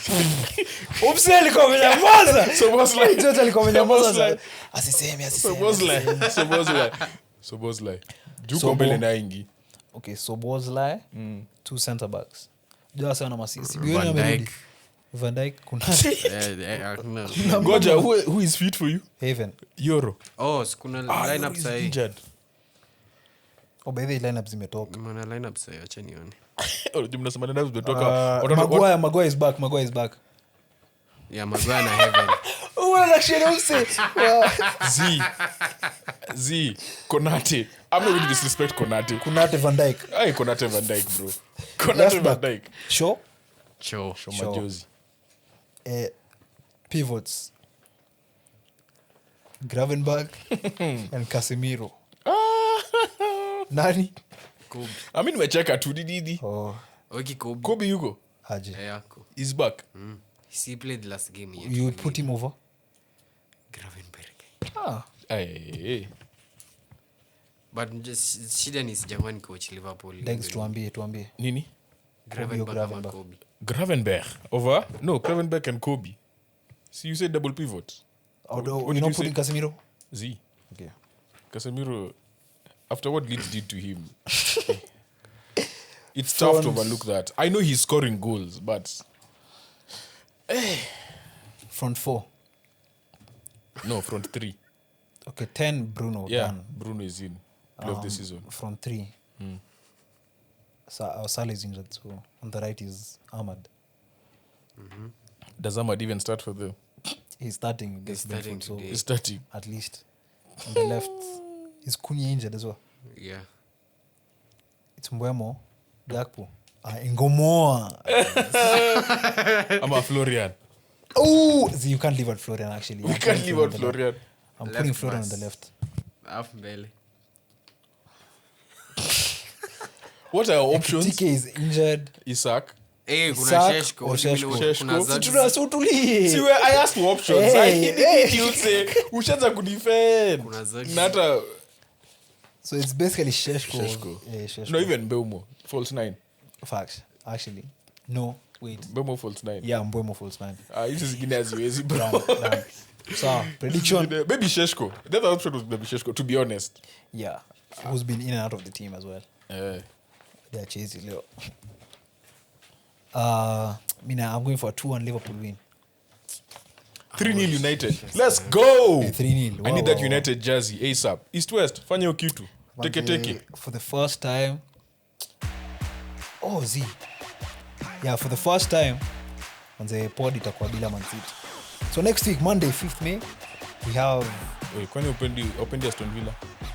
Na Tottenham, ama kufanya nini? Hey. Aston Villa versus Tottenham. Sorry. Aston Villa versus Tottenham at 9 p.m. Guy. Hii ni Villa have to bounce back from that Fulham.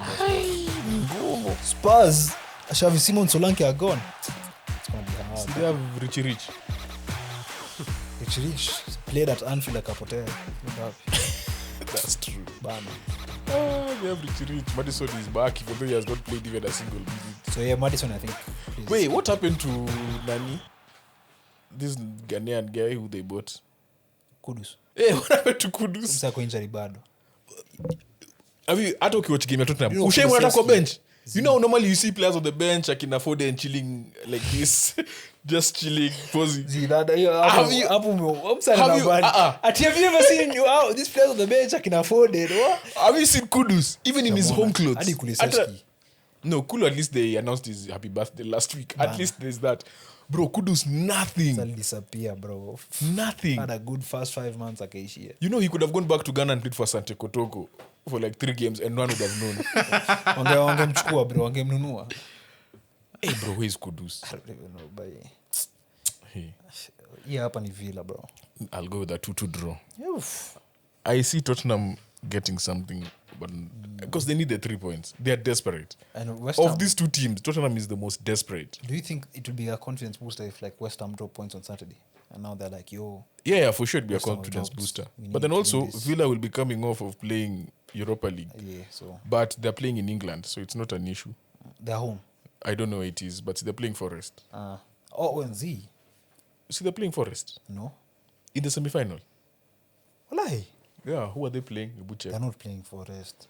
Check who they're They're playing. playing Braga or something. Oh, they are. Mm. Aye. Where's the first leg? Wait, Braga playing Freiburg. I thought it was the other way around. Where's the first leg? They're playing Forest first. First leg. Leg 1 is Nini, Forest, Mm. and leg 2 is Villa. So yeah, they're still in England. So I need double match week. 2-2, man. I'll go 2-0 Villa. Then on Monday, 5th May, we have Chelsea taking on Nottingham Forest at 5 p.m. It's a weird fixture. Monday at 5. Hata nilishangaa nimeona hii nini yako ama ni holiday. Ni bank holiday. Is 5th May a holiday in the UK? That is true. Wallahi, Monday 4th May, 5 p.m. Is it a bank holiday? Kwani hawezi cheza during bank ikiwa open? That is a very It's 4th May. It's 5th. Wait. No, it's Monday. It's 4th. hey. Yeah, 4th May is a bank holiday, which means it goes to 5th. Wait, what? 4th May is a bank holiday On in the UK. Monday. No, Sunday. So it moves to Monday. So wait, Sunday is 4th. Yes. Oh, so I was See, right. when a holiday is on one day, it moves to the next day. Oh, and If it's a Sunday, it goes to... Wait, why is Fort Mob saying Monday, 4th May? So I'm the one who's actually right. Wait, Yeah. what's a bank holiday? Will you explain it? It's a holiday, just a holiday. They call it bank holiday. like So even like if Or like you're there, Easter Jamhuri Monday, Day like would Easter be- Sunday. Yeah. No, like Oh. Jamhuri Day, if it falls on a Sunday, it moves to Monday. Yeah. So if it falls like that, they just all holidays are just called bank holidays. That's just what they do. So I didn't that's know. why when I you was say thinking that you you're bank ifukulia up like I generally thought he's saying like it's a bank holiday. apana, they're called bank holidays. But yeah, hiyo tunaingia podcast tumeongelea game tumewatch saa hiyo. That would be interesting. But I'll go for it's hard. I'll go for a draw. Go 2-2. Yeah. Forest 1-5 at Sunderland. You think they'll be Chelsea? Oh, Chelsea will have a week with Callum McFarlane. New manager bounce. Damn. 1-1 draw. So unfortunately now my running joke of saying we're not talking about United during the pod has come to back on upon me. Everton taking on Manchester City on Monday at 10 p.m. Yani naingia pod kuongelea siongelei Man City bro. Iliman Ndiaye mchezo. Iliman Beto. A late night Monday fixture. You've not been watching James Garner, eh? And I think he's going to start for England. Umekuwa ukisema azi tumesema tuko Ndegz akoban kusema hizi vitu. James Garner. James Garner. Na ujupea kuna Tarkowski. I see Havertz scoring, but I see us winning. In the squad. I'll say 3-1 City. 3-1. I see Everton scoring 2 goals. Kwani unadhani gay inakusana over middles? But Ni sawa. you might win this game. Not might we. 3-2. Kwanza But if you itakuwa win, time. you're winning with a goal margin. It's Itakuwa- either 1-0 or 3-2. Yeah, facts. There's no In between. hey, but Everton, because Everton is hard. They just don't concede like multiple goals. So 3-1. But anyways, yeah. 1-0 City. any other business? AOB. Mr. Record Breaker. Nani? Marathon record breaker. Hapo George umecook. Sawe. My mom karibu akimbie sauti mzima. After watch your marathon Joe. Sawe. Sebastian Sawe. Yeah. Umseni mzi. But you know the craziest thing about this marathon? Uh-huh. He was the first person to break. You know what's also sad about that marathon? The number two also broke, did it. Yeah. Kejel, what's his name? Why am I forgetting his name? Kejelcha won. Broke it as well. Which means you have two people who've done sub 2 hours. A feat that was thought to be impossible. That even when Elio did it, he was using Ineos backing people with pesetas. So yeah, that was an impressive feat, to be honest. Yeah. I have never. When Elio did it, I thought it would take longer for someone to try it. But yeah, that was impressive. Sawe. Imekuwa your song of the week.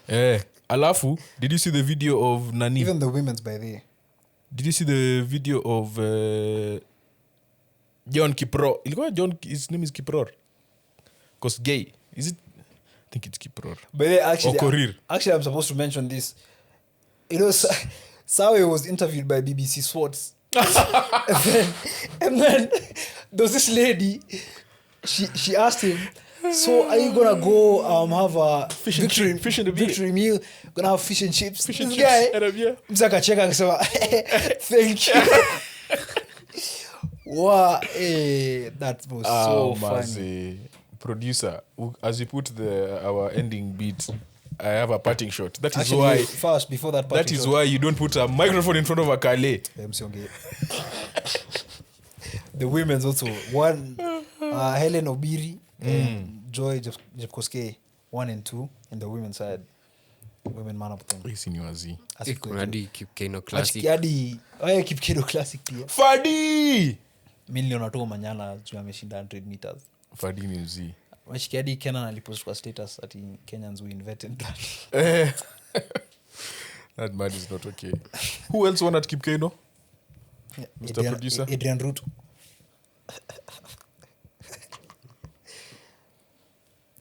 Wesa umekata kusema? Si anasat. Anasat. Kipkeino Classic. Kuna Gabi Thomas. Gabi Thomas won? She won 2 gold medals. I'm trying to look for the name. Unajua kuna record breaker mwingine pia. Nani? Italy. Di Marco broke the assist record for the Serie A. Previously it was 16. Now he has 18. With 4 games to go. Yeah. You know what that means? What? Bruno is breaking the Premier League record. Sinikumbushe, Brentford mfanye kweli. Sina kwamba tu kweli. Maze, kwani hii kitu ina Olympic sub 22, it's not really actually giving you. Anyway, you guys know who won. Fadi is a champion. Or as Akale would say, the end of champion. Yes, sir? Kuna Cameron Rogers and Ethan Katzberg walishinda Hamathrow. Yeah. And out on the na maneiba alihama. All right. So yeah, thanks for watching Football Focus episode 71. Quite a long episode. So I hope you enjoy it. Wait, Clay Thompson, maze. Grow up. Grow up, man. Peace. Wow.